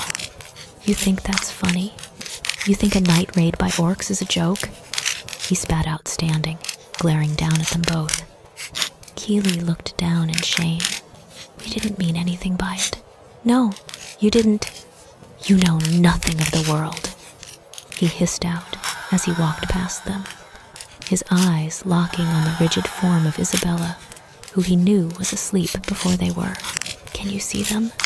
he asked, trying to block out the sounds of the story behind him, trying to hold back the flashes of fire and death. He didn't want to relive that battle anymore. "Yes, there," she replied, jerking her chin up at the spot the pack was. She felt the muscles in her arm tensing as Thorin moved closer to her to see the spot better. "They didn't mean to cause such distress. I know, they are still young in our ways. I and Dis had tried to keep them sheltered as much as we could from the dangers and pain of this world." Thorin sighed, casting a look out the corner of his eye towards his nephews. "We will be safe tonight. Go back to sleep, Lady Isabella." Bella cast a confused look down at the king and nodded. He didn't understand why the sudden concern or even the kindness he's been showing since Bree. But she wasn't going to look a gift horse in the mouth, and settled back in for the night. The next time she woke, it was into the sounds of shouting, her body jerking up and hand clenching the hilt of her sword as she looked for any sign of trouble. Only there was no trouble, just the company gathered around a raging Bifur, the camp a mess. "What's going on?" she asked Olorin warily as she made her way to his side. Bifur had a battle dream after the story. He can't calm down or tell friend from foe, Gandalf explained, causing Bella to frown and sigh. "Bifur, it's us? Bofur and Bomber, you're safe and with the company," Bofur yelled as he dodged another blow from his cousin. The others in the company were not armed. hoping that the dazed Bifur could see that they meant no harm to him, but so far it wasn't working. Many had been struck by the mattock in his hands, and were sporting brilliant bruises under their tunics. "Lady Isabella, no!" Dory yelled, as Bella walked straight past the others and into Bifur's striking range, her hand deflecting the oncoming mattock, and grasped Bifur's arm. Fíli and Thorin quickly grabbed Fíli as he launched forward to stop her. Bella knelt before the enraged dwarf and grasped his face tightly, letting her true eyes shine through. "Shh, you are safe. Hear my voice. Feel my hands upon your face and let it ground you," she spoke, calm and soft. The others watched, amazed, as Bifur stilled under her words. "Kos Steeldus, Kos Tool, be quiet, be still," she whispered to him, over and over, letting her dragon voice wash over him and take effect, his eyes never leaving hers. It had been a while since she used it to calm down a person. "What happened?" Bifur asked, as the images of orcs died away and found himself staring into the swirling eyes of Lady Isabella. He couldn't tear his gaze away from them, and in a blink, her eyes were normal once more, and he was able to see the worried faces of his cousins and the company. Horror settled into his chest as he saw the bruises on them, his hands dropping Bofur's mattock, and instantly tried to back away as everything clicked. Ever since his head wound, he not only could no longer speak common, and forgets things sometimes, or can no longer remember other things. He also had terrible episodes that he was back in that attack once more. It always ended violently, as he could no longer tell friend from foe in these episodes. "Back up," Bella ordered the others as she saw the panic and fear in Bifur's eyes before getting him to focus on her once more. "You did not hurt them, just a bruise. You defended, not attacked. All is well, Master Bifur. Kos Steeldus, Kos Tool," she crooned, cupping his face once more, putting more allure into her voice. Gandalf watched all this with raised brows and a soft smile. It had been many of an age since he had seen the allure of a dragon up close that was calming and not controlling. He knew that in the short time together that Kisenth had come to care for the company, as he knew if she didn't, she would not have done all she has done. When Bifur finally calmed down, she gave him a wide smile before standing up. "All is well, Master Bifur. I won't let you hurt them on this journey." When Bella stepped back, she found herself stiffening as 3 sets of bodies slammed into her. It took a moment to realize that the family was hugging her, all 3 muttering their gratitude into her tunic. She patted Bomber on the back awkwardly before chuckling. "Thanks is not needed. Now I suggest we all get some rest. I'll take the next shift," she stated, stepping away from the She was not expecting the outcry. "But lass, you took the first shift," Goodlacoin exclaimed. "And last night's shift," Dory inputted, gutting, his hands twisting into his tunic as he stared at her. She knew he was the mother hen of the group, and she felt something stir within her at the action. "No, we'll take the rest of the night shift.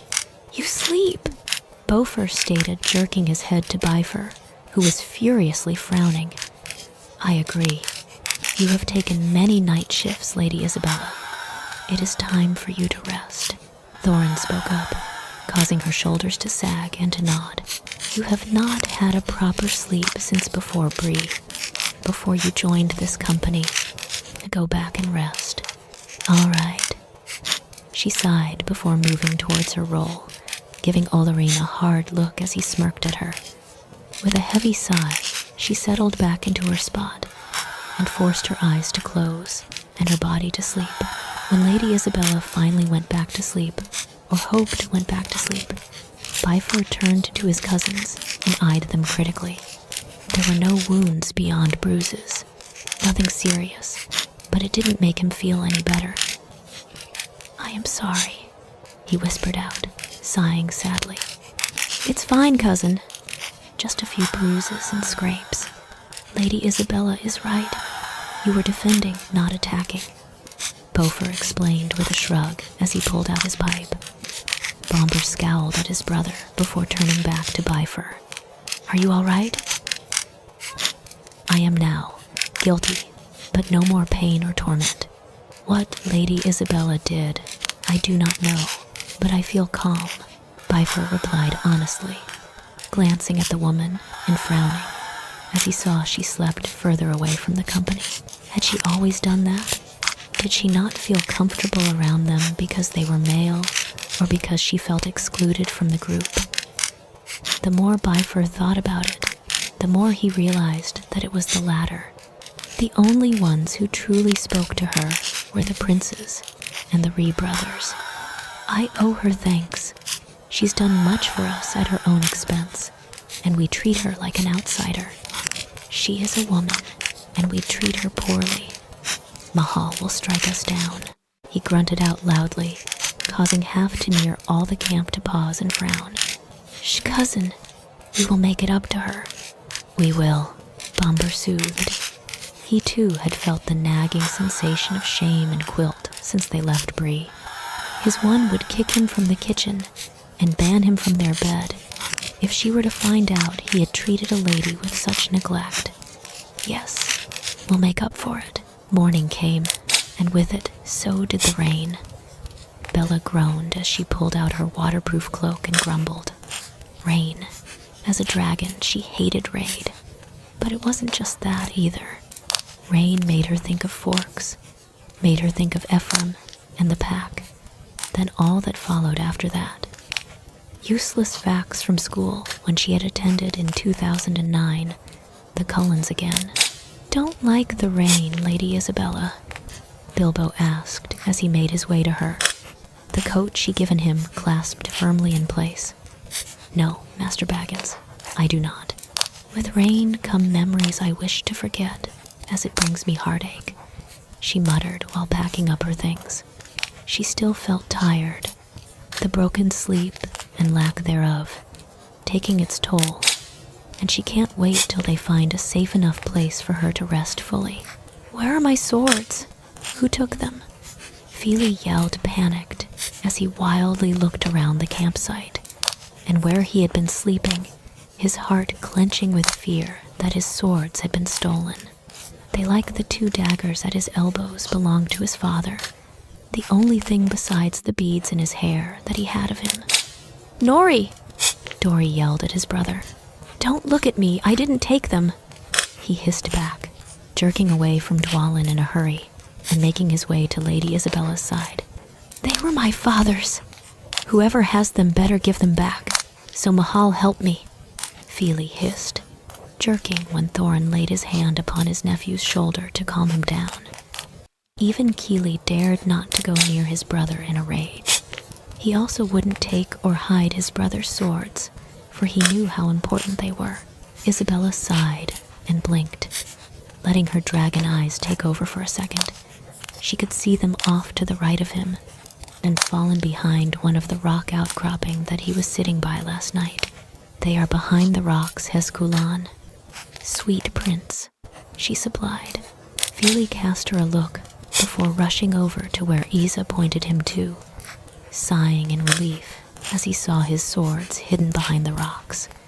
How she knew they were there was beyond him, and he knew she didn't put them there, for she had not moved beyond calming Bifur down from her spot. How did you know they were there? Nori asked quietly as he helped the lady pack up her things. I can sense metal, see it if I so chose to. It is much like your sense of stone, she replied honestly before nudging him over to his brothers. You best get ready. Thank you for the help, Master Nori. Just Nori, he replied, causing her to pause and nod her head. Isabella, everyone move out, Thorin ordered just as she swung her pack up onto her shoulder. As the day grew longer, the more it seemed to rain. Bella grumbled as she trailed at the back of the others, before huffing even she was starting to feel the chill. and the only way to fix that was to up her body temperature, which she did very much willingly. "Bless my beard, lass. Are you steaming?" Beaufort called out as he glanced behind him, doing a double take. Bella laughed as she quickened her pace, and laughed harder as Beaufort nearly jumped on her when he felt the warmth that radiated from her. "That I am, Master Beaufort. I do not like to be wet and cold, so I increased my internal temperature to a fraction of what it should be. Here, Mr. Gandalf, can't you do something about this deluge?" Dory asked hopefully and annoyed, interrupting what Beaufort was about to say. "It is raining, Master Dwarf, and it will continue to rain until the rain is done. If you wish to change the weather of the world, you should find yourself another wizard," he replied back sharply, causing Bella to smirk at his agitation. "Are there any?" Bilbo blurted out curiously. He could see the others trying not to seem like they were listening, but failing. Gandalf hummed, distracted. "What? Other wizards?" Bilbo replied, a bit hesitant this time. "There are 5 of us. The greatest of our order is Saruman, the White. Then there are the 2 blue wizards. You know, I've quite forgotten their names," Gandalf replied. This time Bella winced. Alatar and Palando, the 2 blue wizards. They had distanced themselves from the order and traveled to the far east. The last she had seen of them, they were nothing but mutated bits of flesh and bone. Bilbo nodded in thought.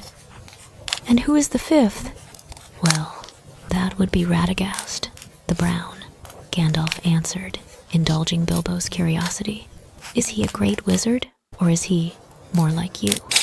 Bilbo asked curiously, slightly amused and annoyed, cursing his took blood for the lack of manners. "I think he's a very great wizard, in his own way. He's a gentle soul who prefers the company of animals to others. He keeps a watchful eye over the vast forest lands to the east.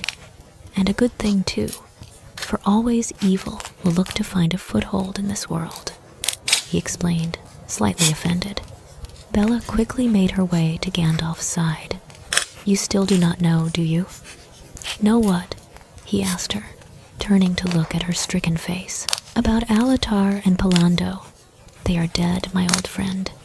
Have been since before Erebor fell," she informed him, grimacing as he cast her a shocked look. "How do you know this?" he asked, pausing slightly. The company moved past them, sparing them a confused glance, but continued on anyway. "Because it was I who found them.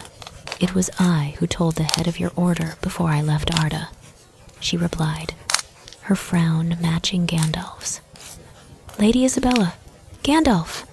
Thorin called. The company paused a way up from them. "He did not tell us. It will have to be thought upon at a later time," he sighed before pushing his horse forward to catch up to the others. Bella sighed and followed, and too, keeping to herself this time, as she listened to the slight mutters of the company and the rain. She may hate the rain, but she always loved the sound of its song in the trees, and to hear her lady's voice singing as she gives life to the earth. By late afternoon, the rain had finally stopped, and the company found themselves standing before an old, broken-down house. A deep rumble startled the company as they dismounted, and all bar Gandalf and Thorin turned to look at Lady Isabella, who was breathing in deeply. Trolls. The scents were only a day or so old, but it clung to every surface of the house and area around them. She glanced around the company, handing her bag to Fíli before disappearing into the forest. No one said a word, for they didn't want to have another incident like her first hunt with them. "Everything all right? Gandalf, where are you going?" Bilbo asked, as he saw the angry wizard stomping past them, his head flicking from Thorin to the wizard in worry and confusion. "To seek the company of the only one around here who's got any sense," Gandalf shouted as he stormed towards his horse. "Who's that?" Bilbo shouted after him. "Myself, Master Baggins," he yelled back, annoyed sighed before muttering, "I've had enough of dwarves for one day." While the others were getting ready for dinner and setting camp, Bella was trailing the troll's scent. Luckily, she had found their hoard, but unluckily, they were not there, and it made her heart beats faster as she began to follow the fresh scents in the direction back to the camp and where her mate and dwarves were. A growl had escaped her lips, and she turned back towards the hoard, pulling out her blades and burrowing them into the stone wall of the cave so no one but she could yank them out. She felt her body shift and bones crack as she transformed her body into the more dragon-human form before rushing forward. Kisenth came to a stop in the edge of the trees, and still hidden by the darkness, as the aggravated sounds of the Dwaro's fight. Her eyes blazed with fury as she took note that half the company were on a spit, and the others tied up in sacks, while the trolls talked about eating them, all disarmed and only in their underclothes. A snarl ripped from her breast, sending a shiver down the company's spine, and for the trolls to pause in horror, confusion, and fear. "What was that?" one of the trolls asked as he eyed the forest. "Done nay, who else be with these dwarves?" the skinniest of the three asked, eyeing the dwarves in the trees. Another rumble echoed the dark, as the first echoed as Bert picked up Fíli's sack. "It done matter. Dawn be here soon, and I don't fancy being turned into stone," Bert growled, dropping the sack harshly, causing Fíli to hiss as his shoulder hit stone. "Big mistake," Bella snarled out before launching, causing the two remaining trolls to scream in terror, and for Bert to scream in agonizing pain as claws sliced into his flesh and ripped him apart, his eyes widening in horror as he took in a small man-framed dragon. "You hurt my mate," she hissed, before ripping into the flesh and throwing chunks about before turning, snarling towards the others. The company saw a blur or purple and black over the flames as Bella tackled another troll into the darkness of the trees, leaving the skinny one to panic and flail about, screaming over the gurgling cry of his brother about beasts and ghosts. "The dawn will take you," Gandalf yelled before cracking the stone and letting the sunlight filter through. Bella twitched and felt her form shift into that of a bear to hide her dragon form before stepping out into the light, scaring the crap out of the company. "Fear not, it is just Lady Isabella," Gandalf hurried to reassure as he made his way to the Dwaro over the fire and cut them down, sparing a glance at his old friend, who was still letting out a continuous rumbled snarl. "I see you already took two down before I arrived." Kisenth shot him a rumbling snarl and bared her teeth before trotting over to Fíli, who was now free of his sack and grasping his shoulder in slight pain.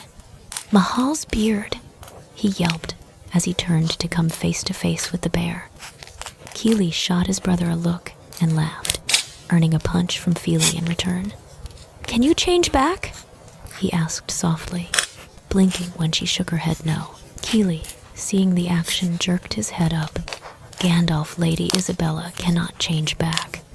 Something must be wrong." An amused smirk pulled at Fíli's lips as he saw Isa roll her eyes and huffed before nosing his coat. It was then that everything began to kick in as the others made their way over. Oh! Everyone turn around!" he snapped as he removed his coat from his person and held it up. Everyone gave him a look, but did as he asked, before the sounds of breaking bones and grunts filled the air. Fíli quickly averted his eyes from her naked form before it fully came back, and felt the heat upon his cheeks as she shot him a wide smile before slipping on his coat. Though by doing this, Bella now realized that she had to regrow her wings if she were in need of them, and held back a groan of frustration. "You can turn around now. I am covered." She was indeed covered, but Fíli's coat just stopped mid-thigh. Nori quickly removed his own coat along with Dory's and curled it around her legs as he saw that everyone was staring at her bare and bloody legs, and the young prince was about to lose his head. Ori, go back and grab Lady Isabella her things. Dory urged his baby brother as he and Nori shared a knowing look. They didn't know why they were drawn to the lady, and they didn't really wish to delve further. But to them, Isabella had treated them kind, and they began to bond on some degree. "Would it help if I sit?" Bella asked, amused, as she glanced down at the bent at the waist Dwaros. "Aye, it would. My back's a little sore from being turned on the pike." Nori teased the woman, causing her to snort, and moved, sitting down on one of the fallen trees near Gandalf and Thorin. Nori and Dory following with Fíli and Kili as the others quickly gathered the rest of their belongings. "They must have come down from the Edenmoors," Bella stated with a frown. Thorin cast the woman a look. "Since when do mountain trolls venture this far south?" "Oh, not for an age. Not since a darker power ruled these lands," Gandalf explained, trailing off in thought and completely missing the way Bella hissed and tensed. But the brothers Bree, Kili, Fíli, and Thorin didn't miss it. "Dark and death signs do not bode well," Bella hissed to the Astari.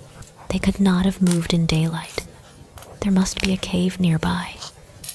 Thorin trailed off, his eyes snapping to Lady Isabella when she nodded. "There is. I tracked the trolls back to there when I left before. It isn't much further away. If we gather our things, I can lead you there," she explained, smiling in thanks to Ori as he shyly holds out a dress for her. "You heard her. Everyone go and pack. Let Lady Isabella dress," Thorin ordered, and Bella watched amused as everyone quickly scattered. She hummed softly as she waited until she could not hear them close, and quickly slipped the dress on over her head once the coats dropped to the floor. She didn't really like going commando, but hell, it was better than being nude, and now she could gather her things and put shoes back on. With a slight pause, she pulled Fíli's jacket back on, inhaling his scent that clung to the fur on the collar. It was calming to her senses, to the more animalistic side of her, woodsy with a hint of fire and metals. It also held something soft that she could not name. A shake of her head, she began to make her way back to camp. Fíli smiled softly, ducking his head as he saw Isa step out of the tree line, wearing his coat still, Dory and Nori's in her hands. Something fluttered in his chest at the image of her wearing his clothes, of choosing to wear his jacket, even though he knew she didn't need to. "All right, everyone grab your ponies. The trees are too dense to ride, so we will lead them through. Lady Isabella will take the lead," Thorin ordered, causing many of the others to raise their brows, but didn't question it. Kisenth hummed and gathered her things before moving over to Fíli after handing Dory and Nori's coats back with a thanks. "Would you like yours back too, Esculan?" "No, you can wear it for now," Fíli replied quickly, smiling at her wide grin. "Would you like to walk with me?" she blurted out before she knew what she was doing, cursing in annoyance at her lack of filter. Fíli smiled wider as he slung his bag on his back. "I would love to." They walked in silence, the others, though, whispering and exchanging coin for bets behind them. Thorin and Kili had taken Fíli's pony to allow him to walk beside her freely without worrying about the animal reacting poorly towards his one. "Your swords were your father's?" Bella asked softly, her eyes casting to the two blades on his back. Fíli nodded and withdrew one, handing it over for her to inspect, ignoring the inhales behind him as he did so. A Dwaro's weapon was his life. Handing it to someone with trust was like trusting people to not rip your beard off when they braid you. Bella hummed and glanced over the blade. It was a fine dwarven make, very nicely made and well cared for. With a soft smile at the show of trust, she handed back the sword to her mate and came to a stop as the familiar stench of a troll horde. "Lass," Good Luck One called as he came to a stop near the familiar hilted swords in the stone, his eyes wide, drawing the others' attention. Bella hummed and reluctantly tore her eyes away from Fíli's. "Yes, Master Good Luck One. Are these ye swords in the stone?" This time it was Dwalin who blurted out the question in shock, grasping the hilt curiously and tried to yank them out but couldn't. "Yes, they are, Master Dwalin. I had to store them somewhere, so this was convenient," she explained with a shrug before yanking them from the stone with ease, sending a flurry of sparks in the air. "Nori, Good Luck-One, Dwalin, both are with me. The rest of you stay up here and make sure there's nothing else around," Thorin ordered as he and Gandalf stood at the mouth of the cave. Kisenth frowned as she smelt the air, tasted it really. Beyond the smell of troll was the familiar tang of metals. "There is treasure in that cave, old treasure," she murmured to herself. Her ears twitched as the sound of fast approaching footsteps in the distance. A horde or two from different directions, one from the east and one from the west. They didn't have much time. It didn't take long for the others to exit the cave, Thorin carrying a brand new blade in his hand. This, of course, caught Bella's interest. She knew that blade. She knew it well, and even had wielded it for a brief time. But how on earth did it? And the one Gandalf carried get in a troll horde? "Someone's coming!" Dwalin roared as he and Thorin dashed off into the forest, away from the troll horde. Bella grunted as she pushed herself up from the rocks she had unknowingly sat on, her whole body now beginning to ache with shifting from one floor to another so soon. Oh, how your body forgets that feeling all too quick. "Stay together. Hurry now. Arm yourselves," Gandalf yelled as he strode forward, our own sword drawn and staff up. The others quickly got ready, all with weapons drawn, and waited for what was to come. "Dori, Ori," Nori hissed as he circled around Isabella, earning a nod in thanks from Fíli as he stood by his uncle's side. "Now that's interesting. Maybe I'll have to up the wager," he thought while his brothers circled around Isabella. "Thieves! Fire! Murder!" Radagast yelled as he and his rose-goble rabbits burst through the trees. "Radagast! Radagast the Brown! Ah, what on earth are you doing here?" Gandalf asked, relieved, staring at the wizard before him. The others quickly lowered their weapons as they saw that Gandalf knew him, but they kept their guard up, never taking their eyes off the odd wizard before them. Each of them watched with varying looks of confusion, amusement, and annoyance as the wizard became flustered, and as Gandalf pulled out a stick insect from Radagast's mouth. Bella let out a huff of amusement as she watched this. She knew that though Radagast was one of the better Istari, one who she quite honestly liked, but chose animals over people, as he was a servant of Yavanna. "It is good to see you again, Wendell," she greeted in her tongue as he and Gandalf passed by.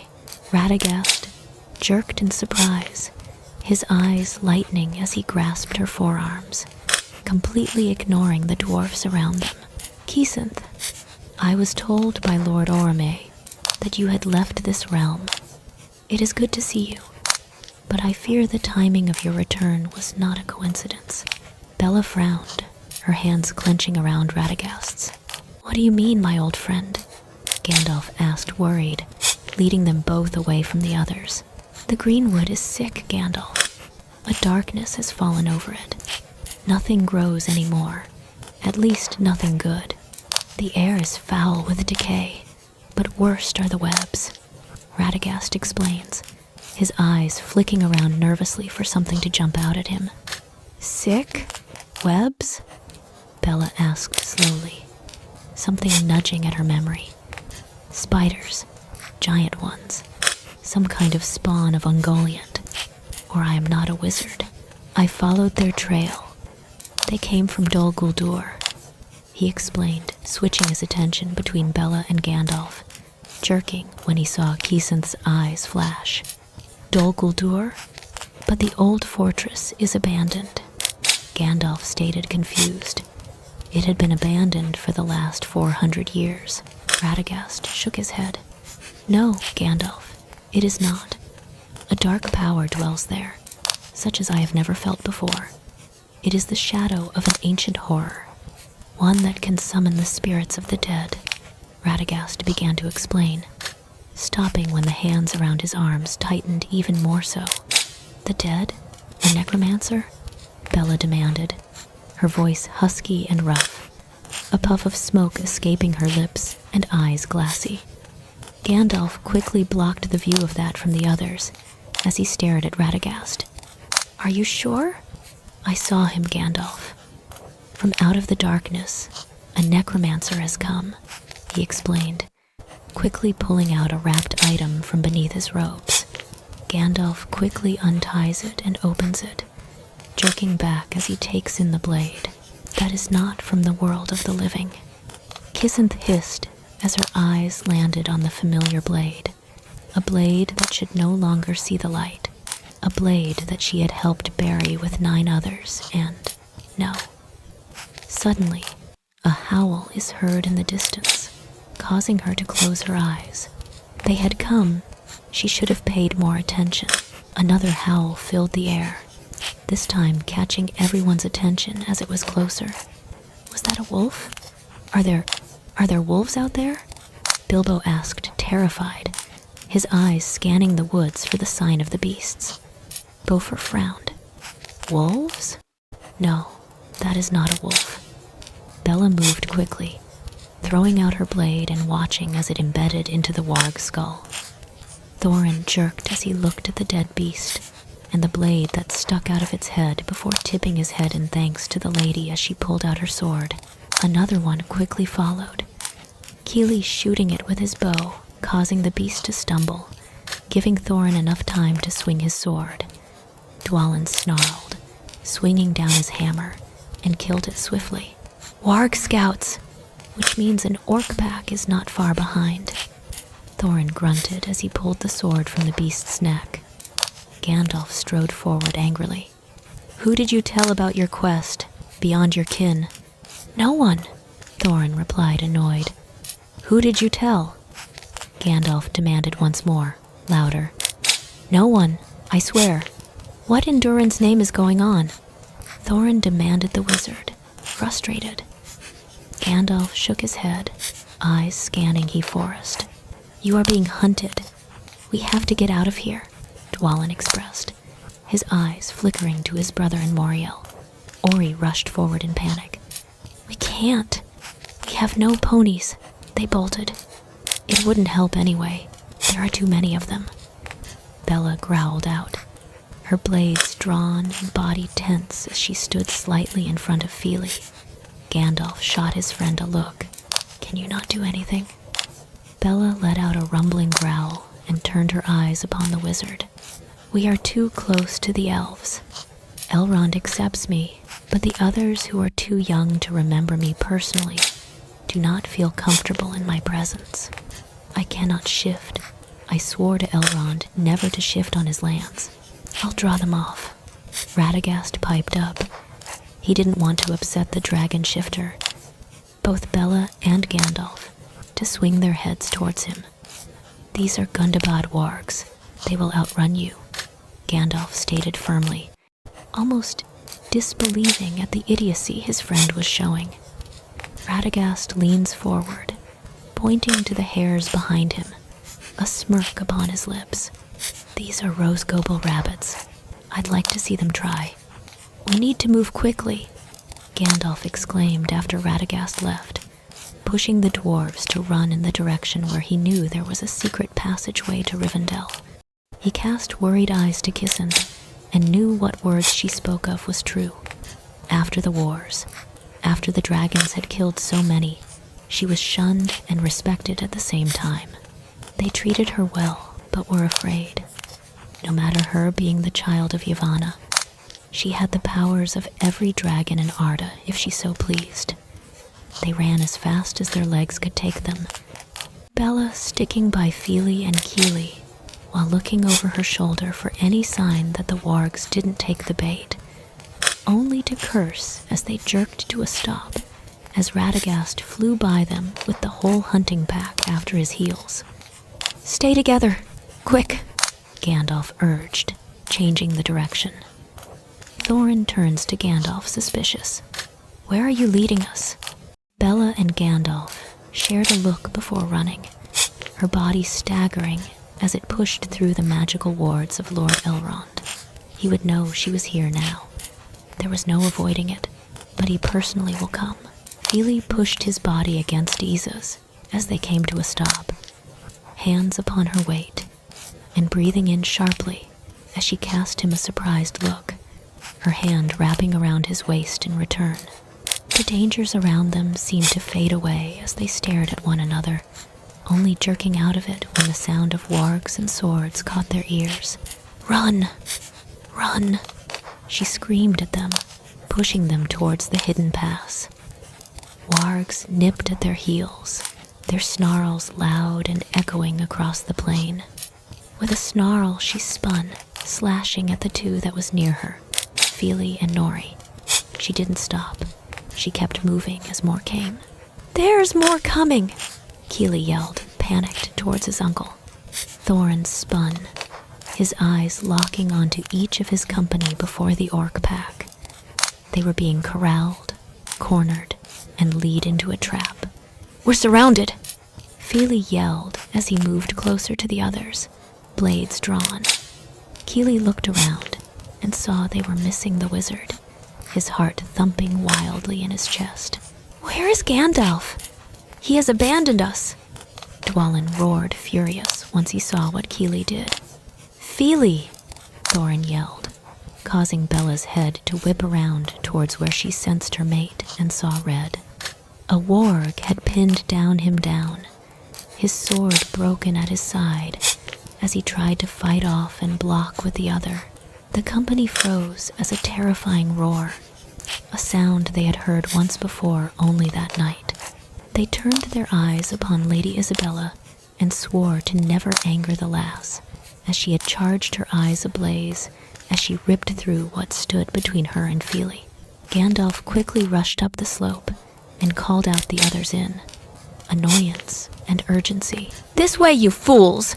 Thorin shot Gandalf a look, but ordered the others to move quickly, staying up and making sure that nothing could get to them, as well as keep an eye on Fíli and his one. The company didn't bother to hesitate and threw themselves down the slope with a few grunts and groans of pain. They knew it was no hope to rush forward, as they remembered exactly what Lady Isabella had done to the trolls. Bella threw the beast in the air before hoisting up her mate in her arms and rushing towards the entranceway. "Take him and go. I will be fine. I'll hold them off, but go," she urged, shoving her mate into Thorin's arms and down the ditch. "I will kill you all," she roared in the black speech before charging. She didn't bother with her swords much as a red haze settled over her frame. Fíli jerked as he heard the sound, his head snapping around to the entrance in horror. "No, Isa!" he yelled, jerking to a stop, as Thorin and Dwalin held him back. "Let me go! I need to help her!" "No, Fíli, she will be fine. The lass knows how to fight," Dwalin stated as he pulled Fíli further away from the hole, as he saw a body fly down. "There's a pathway. I cannot see where it ends," Nori called out, staring down the path that went on and on. "Come on, we must follow it." Dwalin roared as horns above sounded. The hunting party froze after they sounded the horns, Lord Elrond quickly making his way to the front of the pack and dismounting. Bella snarled and spun, her chest heaving and teeth bared as she tightened her grip on her swords. "Calm, Kisenth. I mean you no harm," Elrond tried to soothe, his eyes taking in the corpses around her bloody frame. Bella's dragon eyes shifted over the elves quickly and sheathed her swords once more, her hand moving quickly in Iglishmek. Mate, safe, had to keep safe. Elrond quickly scanned the area once more, searching for any sign of whom or what could be her mate, for he knew if that he indeed got harmed, then her rage would not settle. Where did your mate go if he is not here? Why did you not follow? Sent down path, with Olorin, kin. She signed before frowning and removing the pack off of her back and digging deep in it for the leather mask and slipping it over her head. Sanctuary, my lord, this is a dwarven blade, one of the elves stated, holding up her mate's broken blade. A growl escaped her covered mouth, eyes blazing. Is this your mate's or one of his kin's? Elrond asked softly, taking the broken dwarf blade and handed it to her. He watched as she took it with extreme care, her eyes sad as she nodded. Can I use your forge to remake it? To make a courting gift? To use my wage of forging? Will you allow me this? She signed, her eyes pleading as she put the shattered blade in her pack. Elrond smiled softly, gesturing for her to follow him. Of course, I will allow this, Kisenth. I will supply you the metals and wood to make ash. Are you going to make a dagger for his closest kin? Yes, his brother. May we hurry?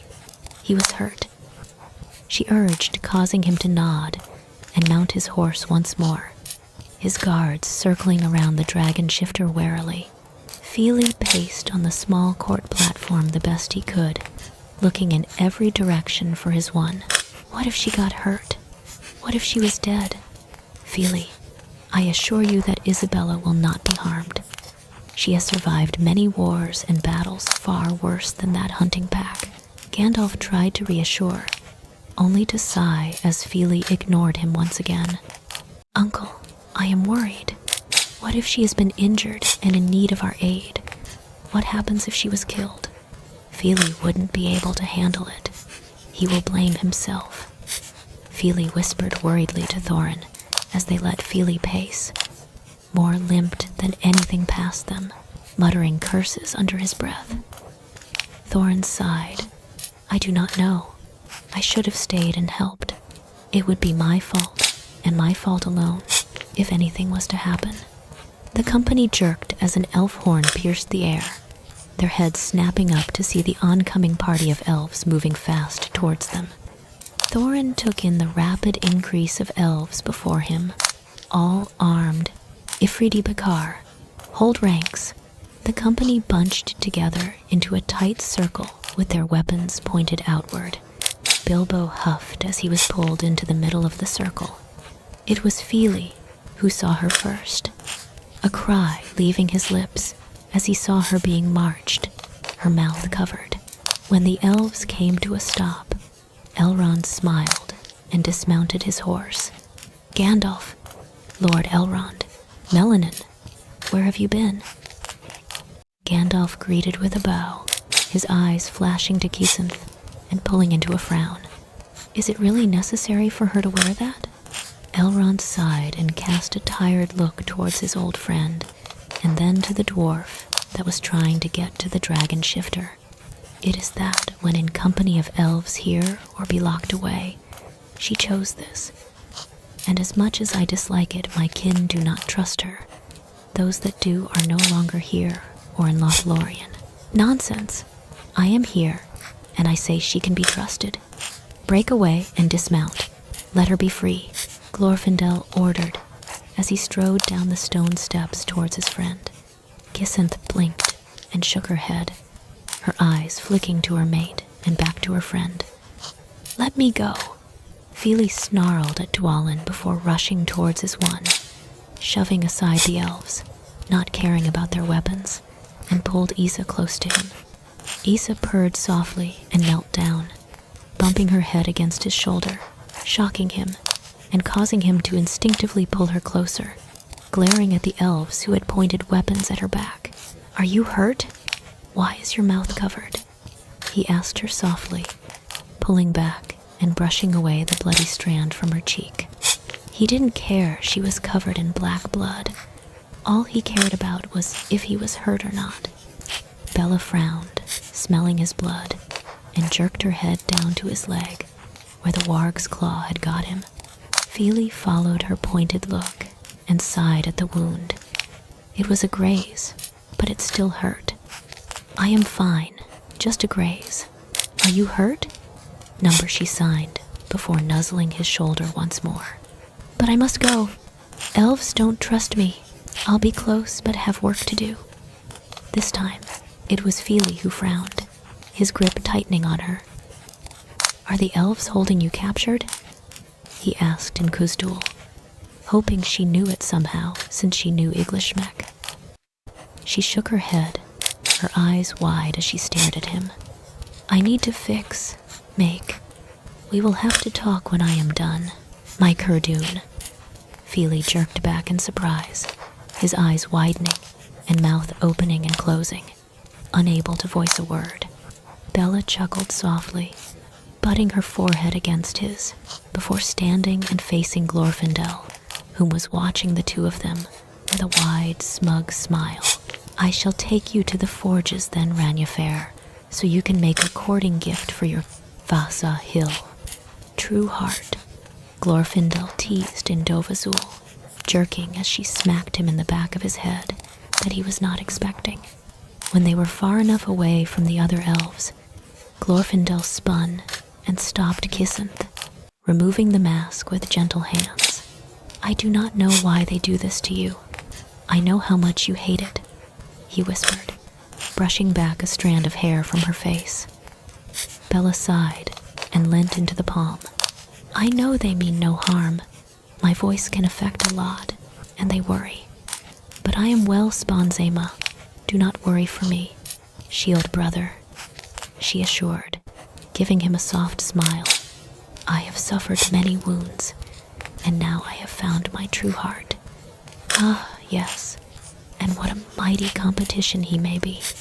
Glorfindel trailed off as Bella snapped her head around to stare at Nori, his eyes wide and mouth popped open in shock. "Nori?" Bella asked, confused, taking a step towards him. "I thought you and Fíli." He trailed off, looking between her and the pale-haired elf.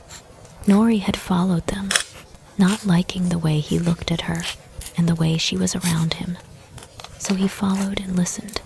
He didn't expect to find them in a near embrace. Glorfindel sighed and stepped forward, giving his friend a look. "She is my shield sister, nothing more. I already have my heart chosen. He is much better to look at." "Oh, I agree," Bella replied teasingly before sighing and kneeling down to Nori's level.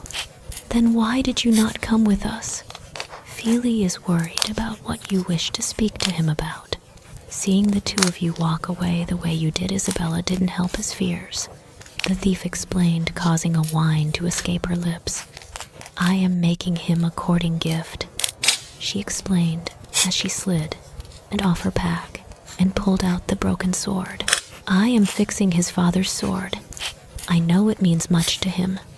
I need to make he a gift, a bead for his custom, and a dagger for Kili, as is my custom," she explained, causing Nori to blink at her in surprise. "Why Kili?" he asked, curious. Glorfindel chuckled. "Master Dwarf. Her clan gave gifts of love for courtship, made by their own hands like you do. But it is also customary to make the closest relative of your true heart a dagger as a sign of trust, so to speak," he explained. "No, it is not a normal custom, only to those who your true heart is twin-like with." She trailed off, before pulling out a dagger from her bag. Nori eyed it in awe. It was a tooth he knew that much, stained with blood along the razor edge, and the hilt was beautifully carved. "My brother and I, we were twins. My brother's heart gave me this in acceptance that with him came I. I know how close Fíli and Kili are. I could not tear them away from another, so I know that in courting Fíli, I have a brother in Kili. A dagger may seem like bad luck to many. To my clan, it was a sign of trust, of protection. It's hard to explain. Nori shook his head. No, I understand. You're given Fíli, a blade as a sign you accept him, that you want him to be safe and protected. If you not utter a word about this, I will teach you a phrase that may come in handy for your job, she uttered to him, watching amused as he cocked his brow. She always found it funny that he had his eyebrows braided into his hair. No, Isabella, this is something I'll keep to myself. You killed that warg that was nipping at my heels, so I owe you. That, and you're my friend, he explained, causing her to smile and laugh, feeling a little touched. You're a good friend, Nori. I'll tell you anyway. Glorfindel, I'll meet you by the forge, she explained to her shield brother, causing him to raise his brows and nod. He did not argue, for he knew that a phrase being shared as a sacred thing between the dragon and the blessing she is giving it to. He had, of course, earned that trust in the First Age, against the Barlog. She had taught him the become ethereal through It gave him the ability to reach out to the void, changing your form to one that cannot harm or be harmed. Repeat after me, Lass. Nah, near, she instructed, repeating the words singularly. Nori did as she asked, his tongue fumbling over the words, causing her to laugh and repeat the words over and over again with him until he got them right. When she did, she gave him a wide smile. Now, say it soft and quick, she instructed, stepping back. Las Nanir, he whispered as she instructed, and jerked in surprise as the world flashed, and before him, Isabella was surrounded by a red flame. He turned his head and stumbled as he saw red flames walking, animals, elves, and dwarves. What is this? How long does it last? It is a secret. It is called Aura Whisper. Whispering those words will reveal the life forces of any and all. It doesn't last for long, and the range is far. Depending on where you are, it sees through stone and metals. I am trusting you with the power of my people, Nori, as a gift, for you are my friend, she explained seriously. In a blink of an eye, the effect was gone. I will not tell a soul. If I were to ever then, I will give you the right to shave me, he replied seriously before casting a look over his shoulder. I'll tell Fíli that you and the dainty elf are nothing more than shield mates.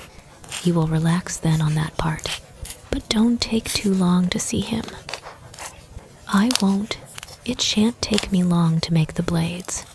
Thank you, Nori, she murmured before standing up and making her way to the forge. Lord Elrond has sent what you requested. I have also volunteered my services to make sure you don't burn his home down. Erebor hummed a book in hand as he gestured to the small pile of wood and metals.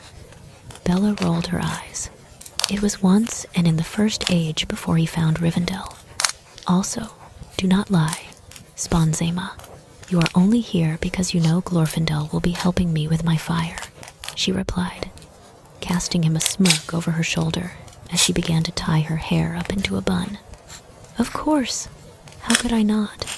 Erebor hummed as he gave a pointed look towards his chosen.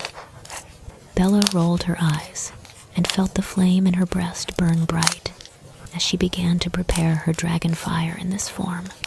In her dragon form, it was fine and instant, but because human forms lack the ability to, breathe fire, she felt her lips thin and harden and teeth change as she shifted her face, so there was no burn back, and stretched out her hearing to make sure no one saw her. Oh, my Lord Elrond told me to tell you that Gandalf explained the situation. No one shall utter the fact of what you truly are towards the Dwarrows, Erebor explained, and I felt the tension I didn't know I was holding rush away like a wave. Now the words are out of the way. It is time to create the courting gifts, don't you think? So you can go back to your fair-haired prince, Glorfindel teased, putting the wood in the very clean rock forge.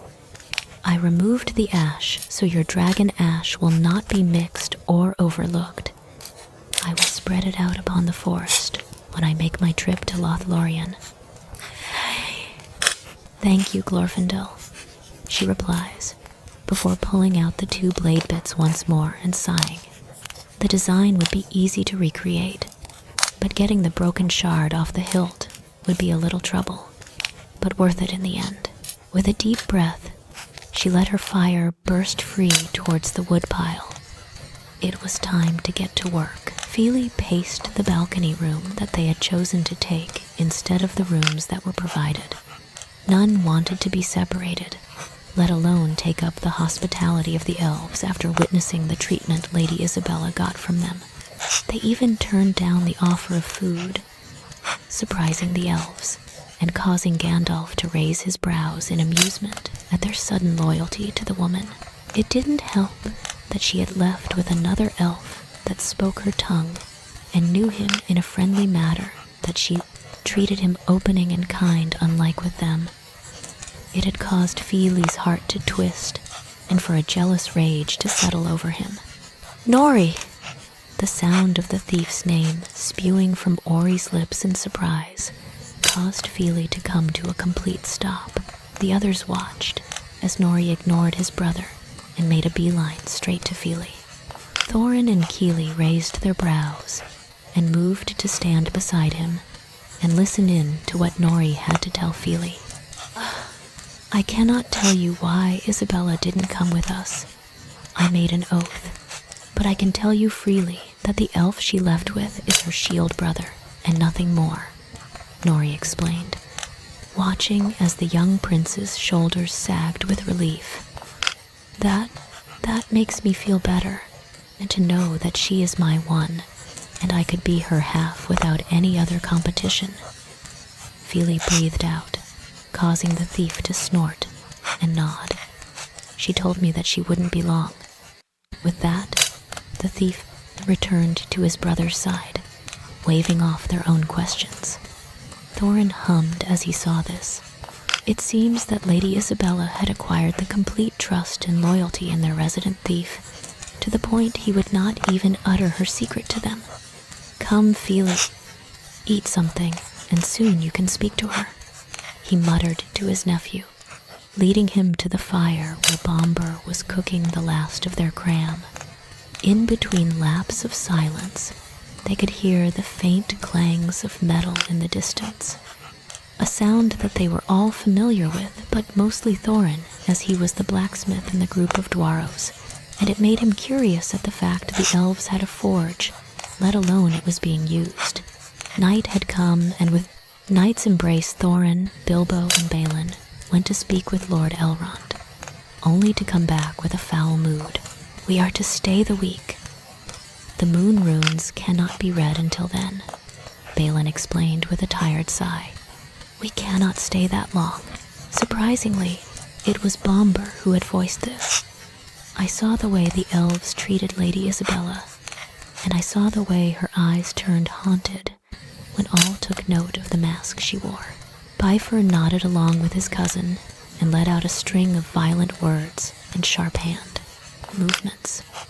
Bofur nodded sagely to his cousin and brother. Aye, Bifur, that is true. The elves, but a few, held her at sword point. He is worried she is being held captive. No, she told me she is not. I asked her as such, and she explained she was fixing something. Fíli trailed off with wide eyes and dove towards his pack, pulling out one of his father's swords. She is fixing a dad's sword. His words were directed to Nori, who was trying to hide into the very wall, even pulling Dori to hide him from view. His shoulders sagged a little, and figured he can tell him that small tidbit. If the lass has my beard for this, I won't be pleased. But she was going to fix your sword. She carried the pieces in her pack. The elder Dwarrows of the company raised their brows in surprise, and wondered if the lady knew what it meant to do something like that. it would be classed as a courting gift for one to give a dwarf something that was made by their own hand. It also was even more classed as such, as she was crafting or recrafting something of importance to Fíli.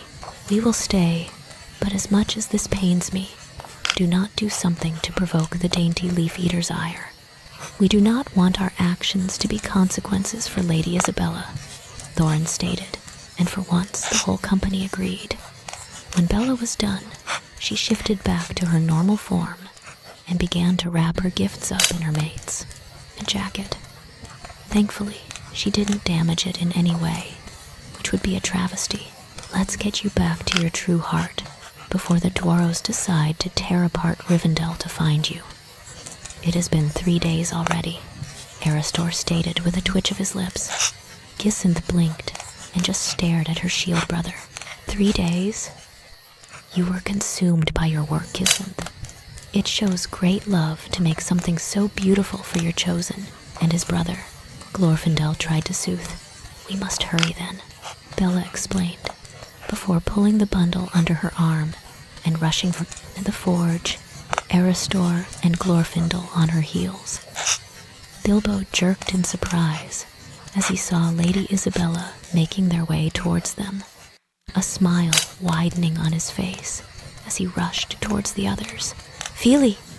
Lady Isabella is on her way. Fíli and the company jumped to their feet and rushed out the door towards where Bilbo was pointing. A wide smile plastered on Fíli's face as he saw his one make her way towards them, her face covered in ash. Ranya fair! An excited voice called, causing Bella to come to a complete halt and glare at Glorfindel. She quickly shoved her items into his hands before dropping to one knee and opening her arms. The company watched with confusion as this happened, even Fíli coming to a complete halt as he saw a blur jump into his one's arms, a serene smile on her face. Maljun, look how big you have grown, Kisenth crooned softly. She had helped Estelle and his mother make their way to Rivendell from the north when Arathorn had been killed in battle. They had fled to the old forest, and she had found them. Gilrain pleaded her for aid, and Aragorn had been the deciding factor. Now here, he was no longer a babe that was still clutched in his mother's arms, but a small child who shone like a lone star amongst the darkest of night. She had thought that he would forget her, as she could not stay with them in Rivendell for more than a day to gather provisions to return home. But she had every now and then received word from Glorfindel and Gilrain. The company stood, frozen as they watched their lady smile down at the child in her arms, her eyes soft, and she seemed to glow. Fíli, though disappointed that she was delayed, couldn't help but grow warm at the sight before him. He hoped one day, if she were to give him a chance, that they would have their own babe if Mahal blessed them. She truly does have that motherly glow, a soft voice stated, causing the company to jerk and stare at the woman in surprise. They had not heard her arrive. My little Estelle had Ranya fair wrapped around his little finger, and I hope one day she can have the children she had always hoped to have. Kisenth tensed as she heard the words, and snapped her head around to the stunned company. Her body tensed, and the others saw her eyes flash before she was once again relaxed. Come, Maljun, I have people for you to meet. Estelle turned towards where Ranya Fair had turned her attention to, and felt his eyes widen as he took in the dwarfs. He quickly burrowed his head shyly into his friend's arms, causing her to laugh slightly and pull him away from her. Do not fret, little one. They are my friends, she explained, kneeling once more and gesturing to the company. That is Beaufort, Bomber, and Bifur. The ones next to them are Dori, Ori, and Nori, their brothers. Then there is Balin, Dwalin, Goodlukoi, and Oin. After that is Kili and Fíli with their uncle Thorin, who is standing next to Bilbo Baggins of the Shire. At each mention of their name, the company bowed and smiled or gave a wave, causing Estelle to stare up at them in awe. He had never seen dwarves before, and now there were 13 of them before him. "This is Estel and his mother Gilrain," Bella introduced, giving Thorin and Balin a hard stare as they jerked their head to the woman in surprise. "He is the rightful chieftain of the Dunedain and king of Gondor. He does not know this, so do not utter it to him," she grunted out in Khuzdul, so they were warned before turning to Gilrain. I explained, "King Thorin will not utter a word." Whatever Bella had said to the woman, the company would not know. But whatever it was, seemed to relax the lady quite well, though they were not expecting the child, and the heir of Isildur, to stare at them in awe and make his way up to Thorin. "You are a king?" Estel asked in awe. Thorin smiled and knelt down toward the child. "That I am, little one. Are you lost too? Is Ranyafair helping you?" he asked, causing the others to look at Lady Isabella, who now held the tall, regal elf, who she left with by the ear with a mighty scowl upon her face. "I hate that name with a passion. A free spirit I may be, but I ain't a dainty little fae," she scolded the elf. "Ah, sister, please!" Glorfindel cried out as she twisted his ear harder like mothers do to their elflings. Erestor sighed next to Gilrain. One would think he would have not tormented his sister so. Gilrain laughed from his side. "It is hard to believe that he is the mighty Barlog Slayer." "What?" Nori yelled, shocked, before doubling over in laughter, clutching his brother's arm for support. "Nori, what is funny?" Ori asked, confused, as he watched his brother splutter and wheeze in merriment. "Elf, baby, Barlog Slayer, look," he gasped out, and pointed towards where Isabella and Glorfindel were. He was nearly to his knees, whining and trying to get away from her, as she scolded at him still. "What he means to say is that my chosen, the mighty Barlog Slayer, has been reduced to an elfling by our shield sister for teaching, and encouraging young Estel here to call her by Ranyafair, a name she woefully despises," Erestor explained, exasperated, before turning to the two. "I thought you had important things to do, Spawnbrina. Shield sis." Bella froze and glared down at Glorfindel with ire, before practically yanking the wrapped items from his hand, and turned towards the others, ignoring the mutterings of pain behind her. "Fíli, Keely, may I speak with you both?" Estel turned and rushed towards his friend with fear. "You're not leaving already, are you? I just saw you," he whimpered, giving his friend a trembling pout. Bella cursed silently to herself before turning to look at Gilrain. "This is important. I need to speak with my chosen. I will see you before I leave, but please, he will not go unless you explain." Gilrain felt her eyes widen and snap her head around to the blonde dwarf her friend had pointed to and back, a wide smile gracing her face. "Estel, come Enth will see you before she leaves, but there are important things to be done." Estel looked like he was about to argue, but just gave his friend a pout and rushed after his mother. Glorfindel and Erestor quickly took the company back towards their alcove, while Bella gestured for Keely and Fíli to follow her towards one of the more concealed spots. The brothers said nothing but follow, Fíli's stomach churning with worry, while Keely kept a sturdy hand on his brother in silent support. When they finally reached their destination, a small gazebo hidden by trees and thriving vines, did Bella stop and turn to face her maid and brother. "I am sorry that I took so long to come back to you, Hezkulan." Bella started softly as she sat down upon one of the stone benches, patting the spot next to her for Fíli to take, who was more than willing to do so. "You have called me that before. What does it mean?" he asked, curious, while Keely took a seat across from them, confused as to why he too had been summoned. "It means sweet prince in my mother tongue, but I now have some things I wish to explain to you and to ask. First, this is for you," she stated, before pulling out his father's remade sword and handed it to him. Fíli and Keely both stared, stunned, as the blade, It shone brilliantly like it was crafted anew. Almost hesitantly and most reverently, Fíli's hand wrapped around the hilt, and Nier gasped in surprise. The blade was not as he remembered it being. Yes, the design was the same, but the blade itself was shined, as if new, and no longer did it weigh as it used to. I know how much your father's swords mean to you, Fíli, so I saw fit to fix it for you. It will not break, for it is made by the same ingredients that mine were made. I know it is not your father's sword like you remember, but I melted the original metal and used it to reforge the blade, she explained, worried, as her mate simply stared blankly at it.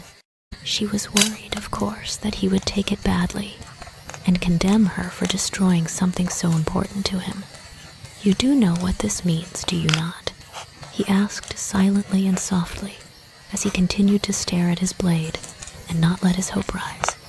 Unlike his brother and Ori, he knew the meaning of this gift, as he had been bored one day and decided to look up courting rituals. Well, no, that was a lie, as his mother had explained in full when Kili was with their uncle, when he had been accosted by a few dams and dwarves. That is why I wished to speak to you and Kili, she explained simply and seriously, causing his head to shoot up. Kili frowned and got up from his spot, moving closer to the lady and his brother. I do not understand. Bella turned to look at Kili with a soft, fond smile and pulled a dagger from the folded coat and held it out to him. I asked you here for I wished to court your brother. In my clan, it is custom to forge a dagger to give their mates twin-like. I know with Fíli comes you Kili, and this is my proof that with courting Fíli, I have a brother in you, that I have given you proof of my skill to protect and provide.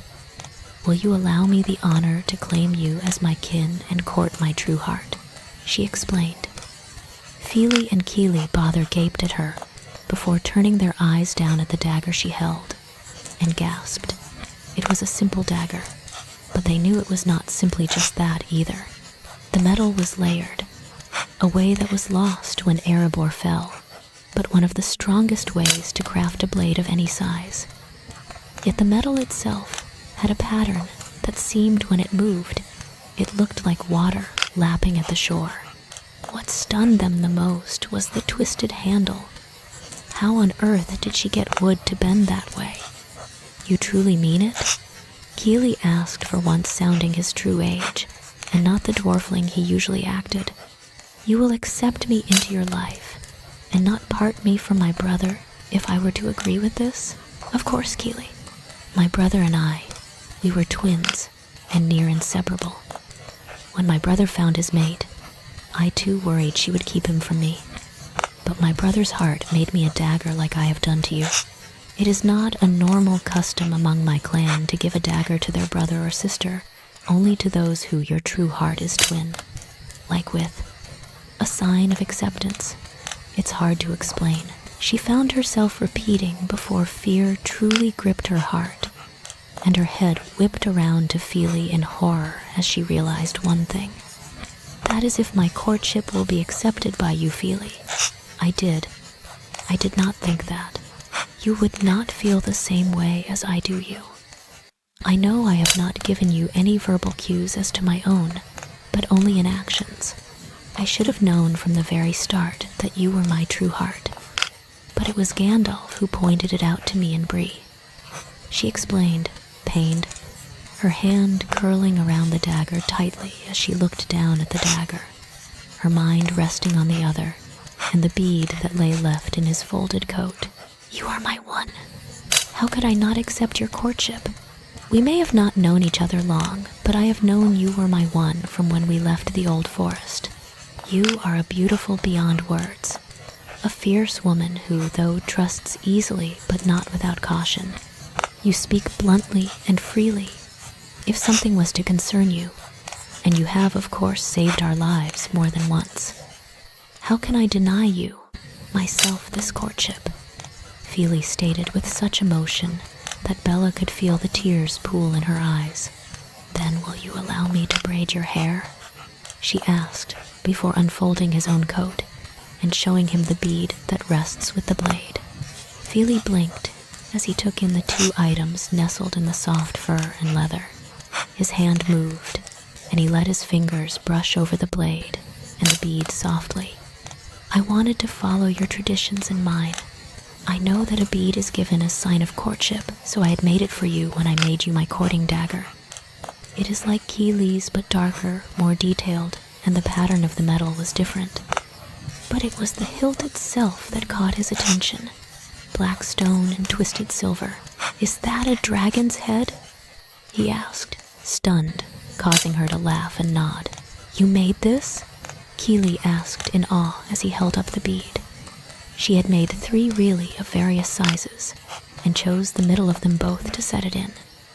The bead she had made for Bella had weaved Celtic knots, something she had seen on the other plane before returning here, and thought it would be fitting. I did. I have lived among many races since my time on Arda. Durin was a good friend of mine, as was his son, and sons after that, Bella explained with a fond smile, taking the bead from his hand while looking expectantly at her. Mate. Fíli removed the clasp his mother had made him from the back of his hair, and removed the bead he made long ago, a bead that he had made before he could even see over the forge before his father had passed. It was silver and inlaid with amethyst. If you will allow me to braid yours in return, he asked with a wide smile, holding up his own bead for her. He had the perfect braid idea in mind.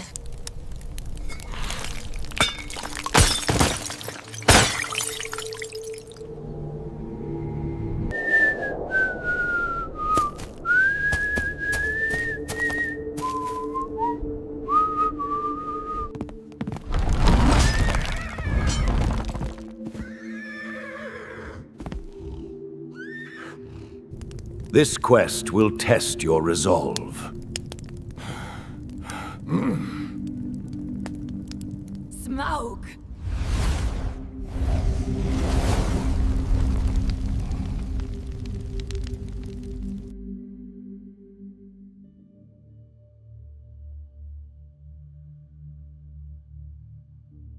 For them, for my kin.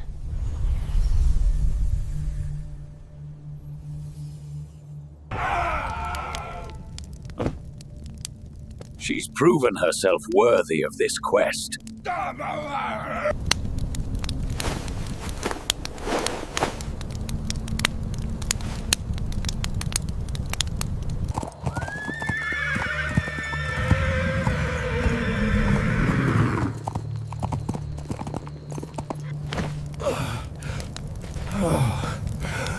Oh, my aching back. Kalen Drakenton. You lie. You betray us all.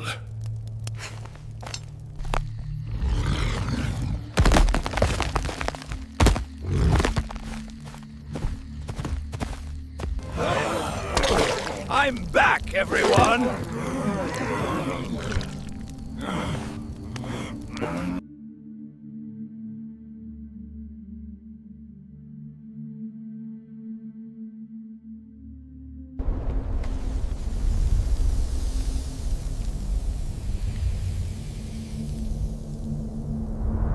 You're not gonna eat us, right?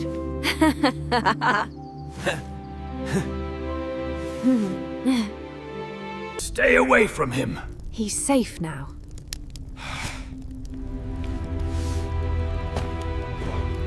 Thorin, to Bree, now. Did you keep watch all night? I had a good night's rest. Mistress Isabella.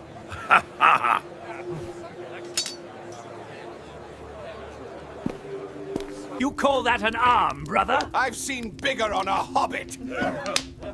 Cousin, the ale is on me. 3 tankards of ale, please. Keep them safe.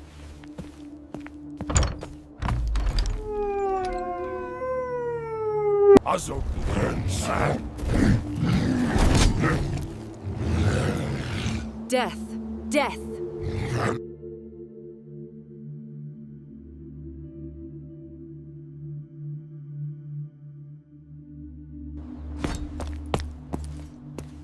Quiet. Are you hurt?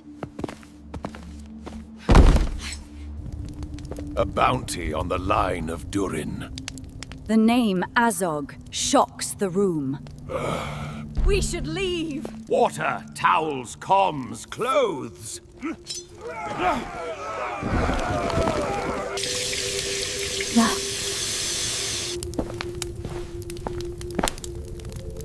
May I? Sleep.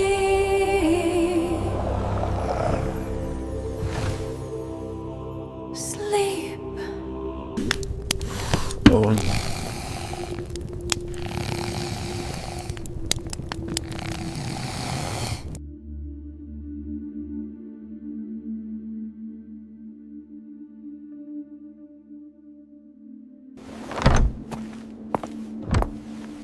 Bilbo Baggins. Gandalf.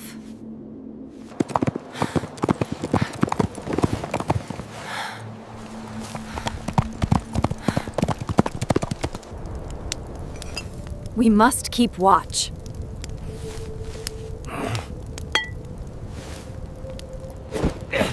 Is that an apology, Bilbo? It is, Isa.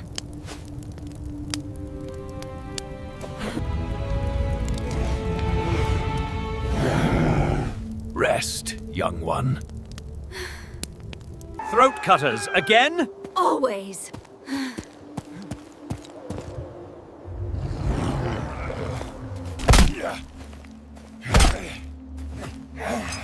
Costildus. Costul. You must get some sleep. I am not tired. I'm cold. Thank you for the coat. My father's swords, where are they? And you can change the weather, can you? Are there 5 of them, or not? Alatar, Palando are dead. No. Let's go.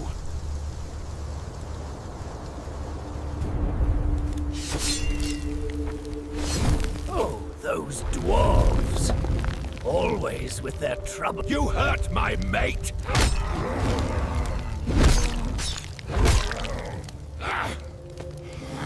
Stop!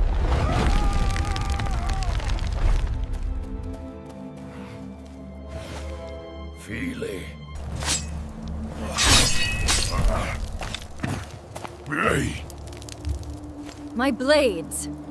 Thieves! Fire! Murder! Speaking in an ancient tongue. What? The greenwood is sick.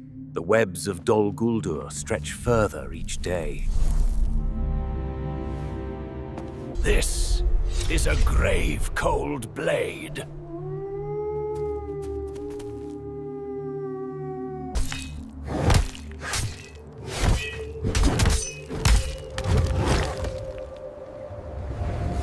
This is your fault. I protest, Gandalf. Rosgobble rabbits! Go, go, go!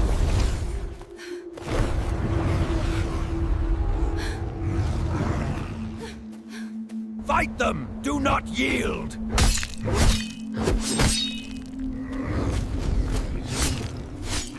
This way, you fools! Grond! Oh, Lud! Mate safe. Please, reforge it as a courting gift. I'll work. I'll be close.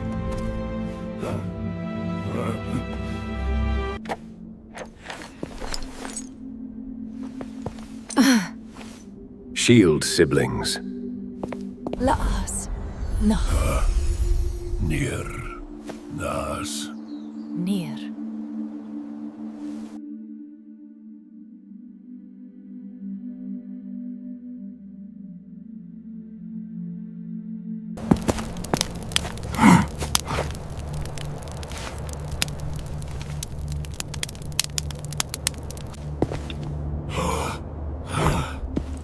shield brother only.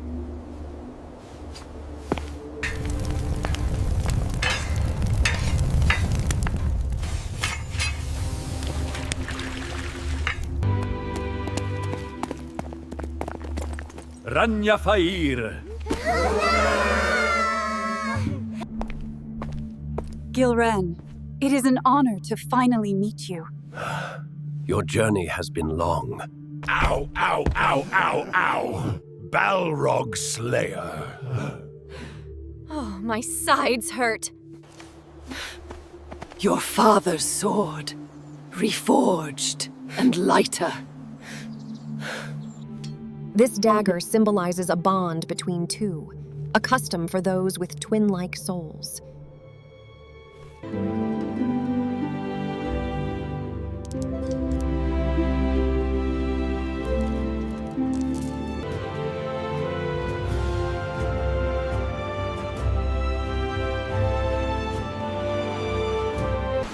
Above all else,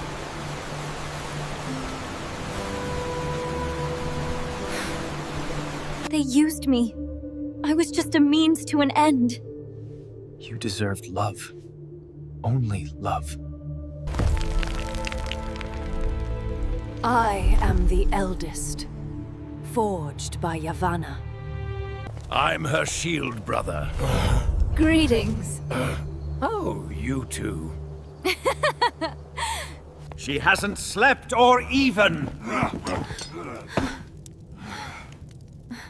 Forgive me, Dory. Please, sit. Are you comfortable? Oh, yes, I am.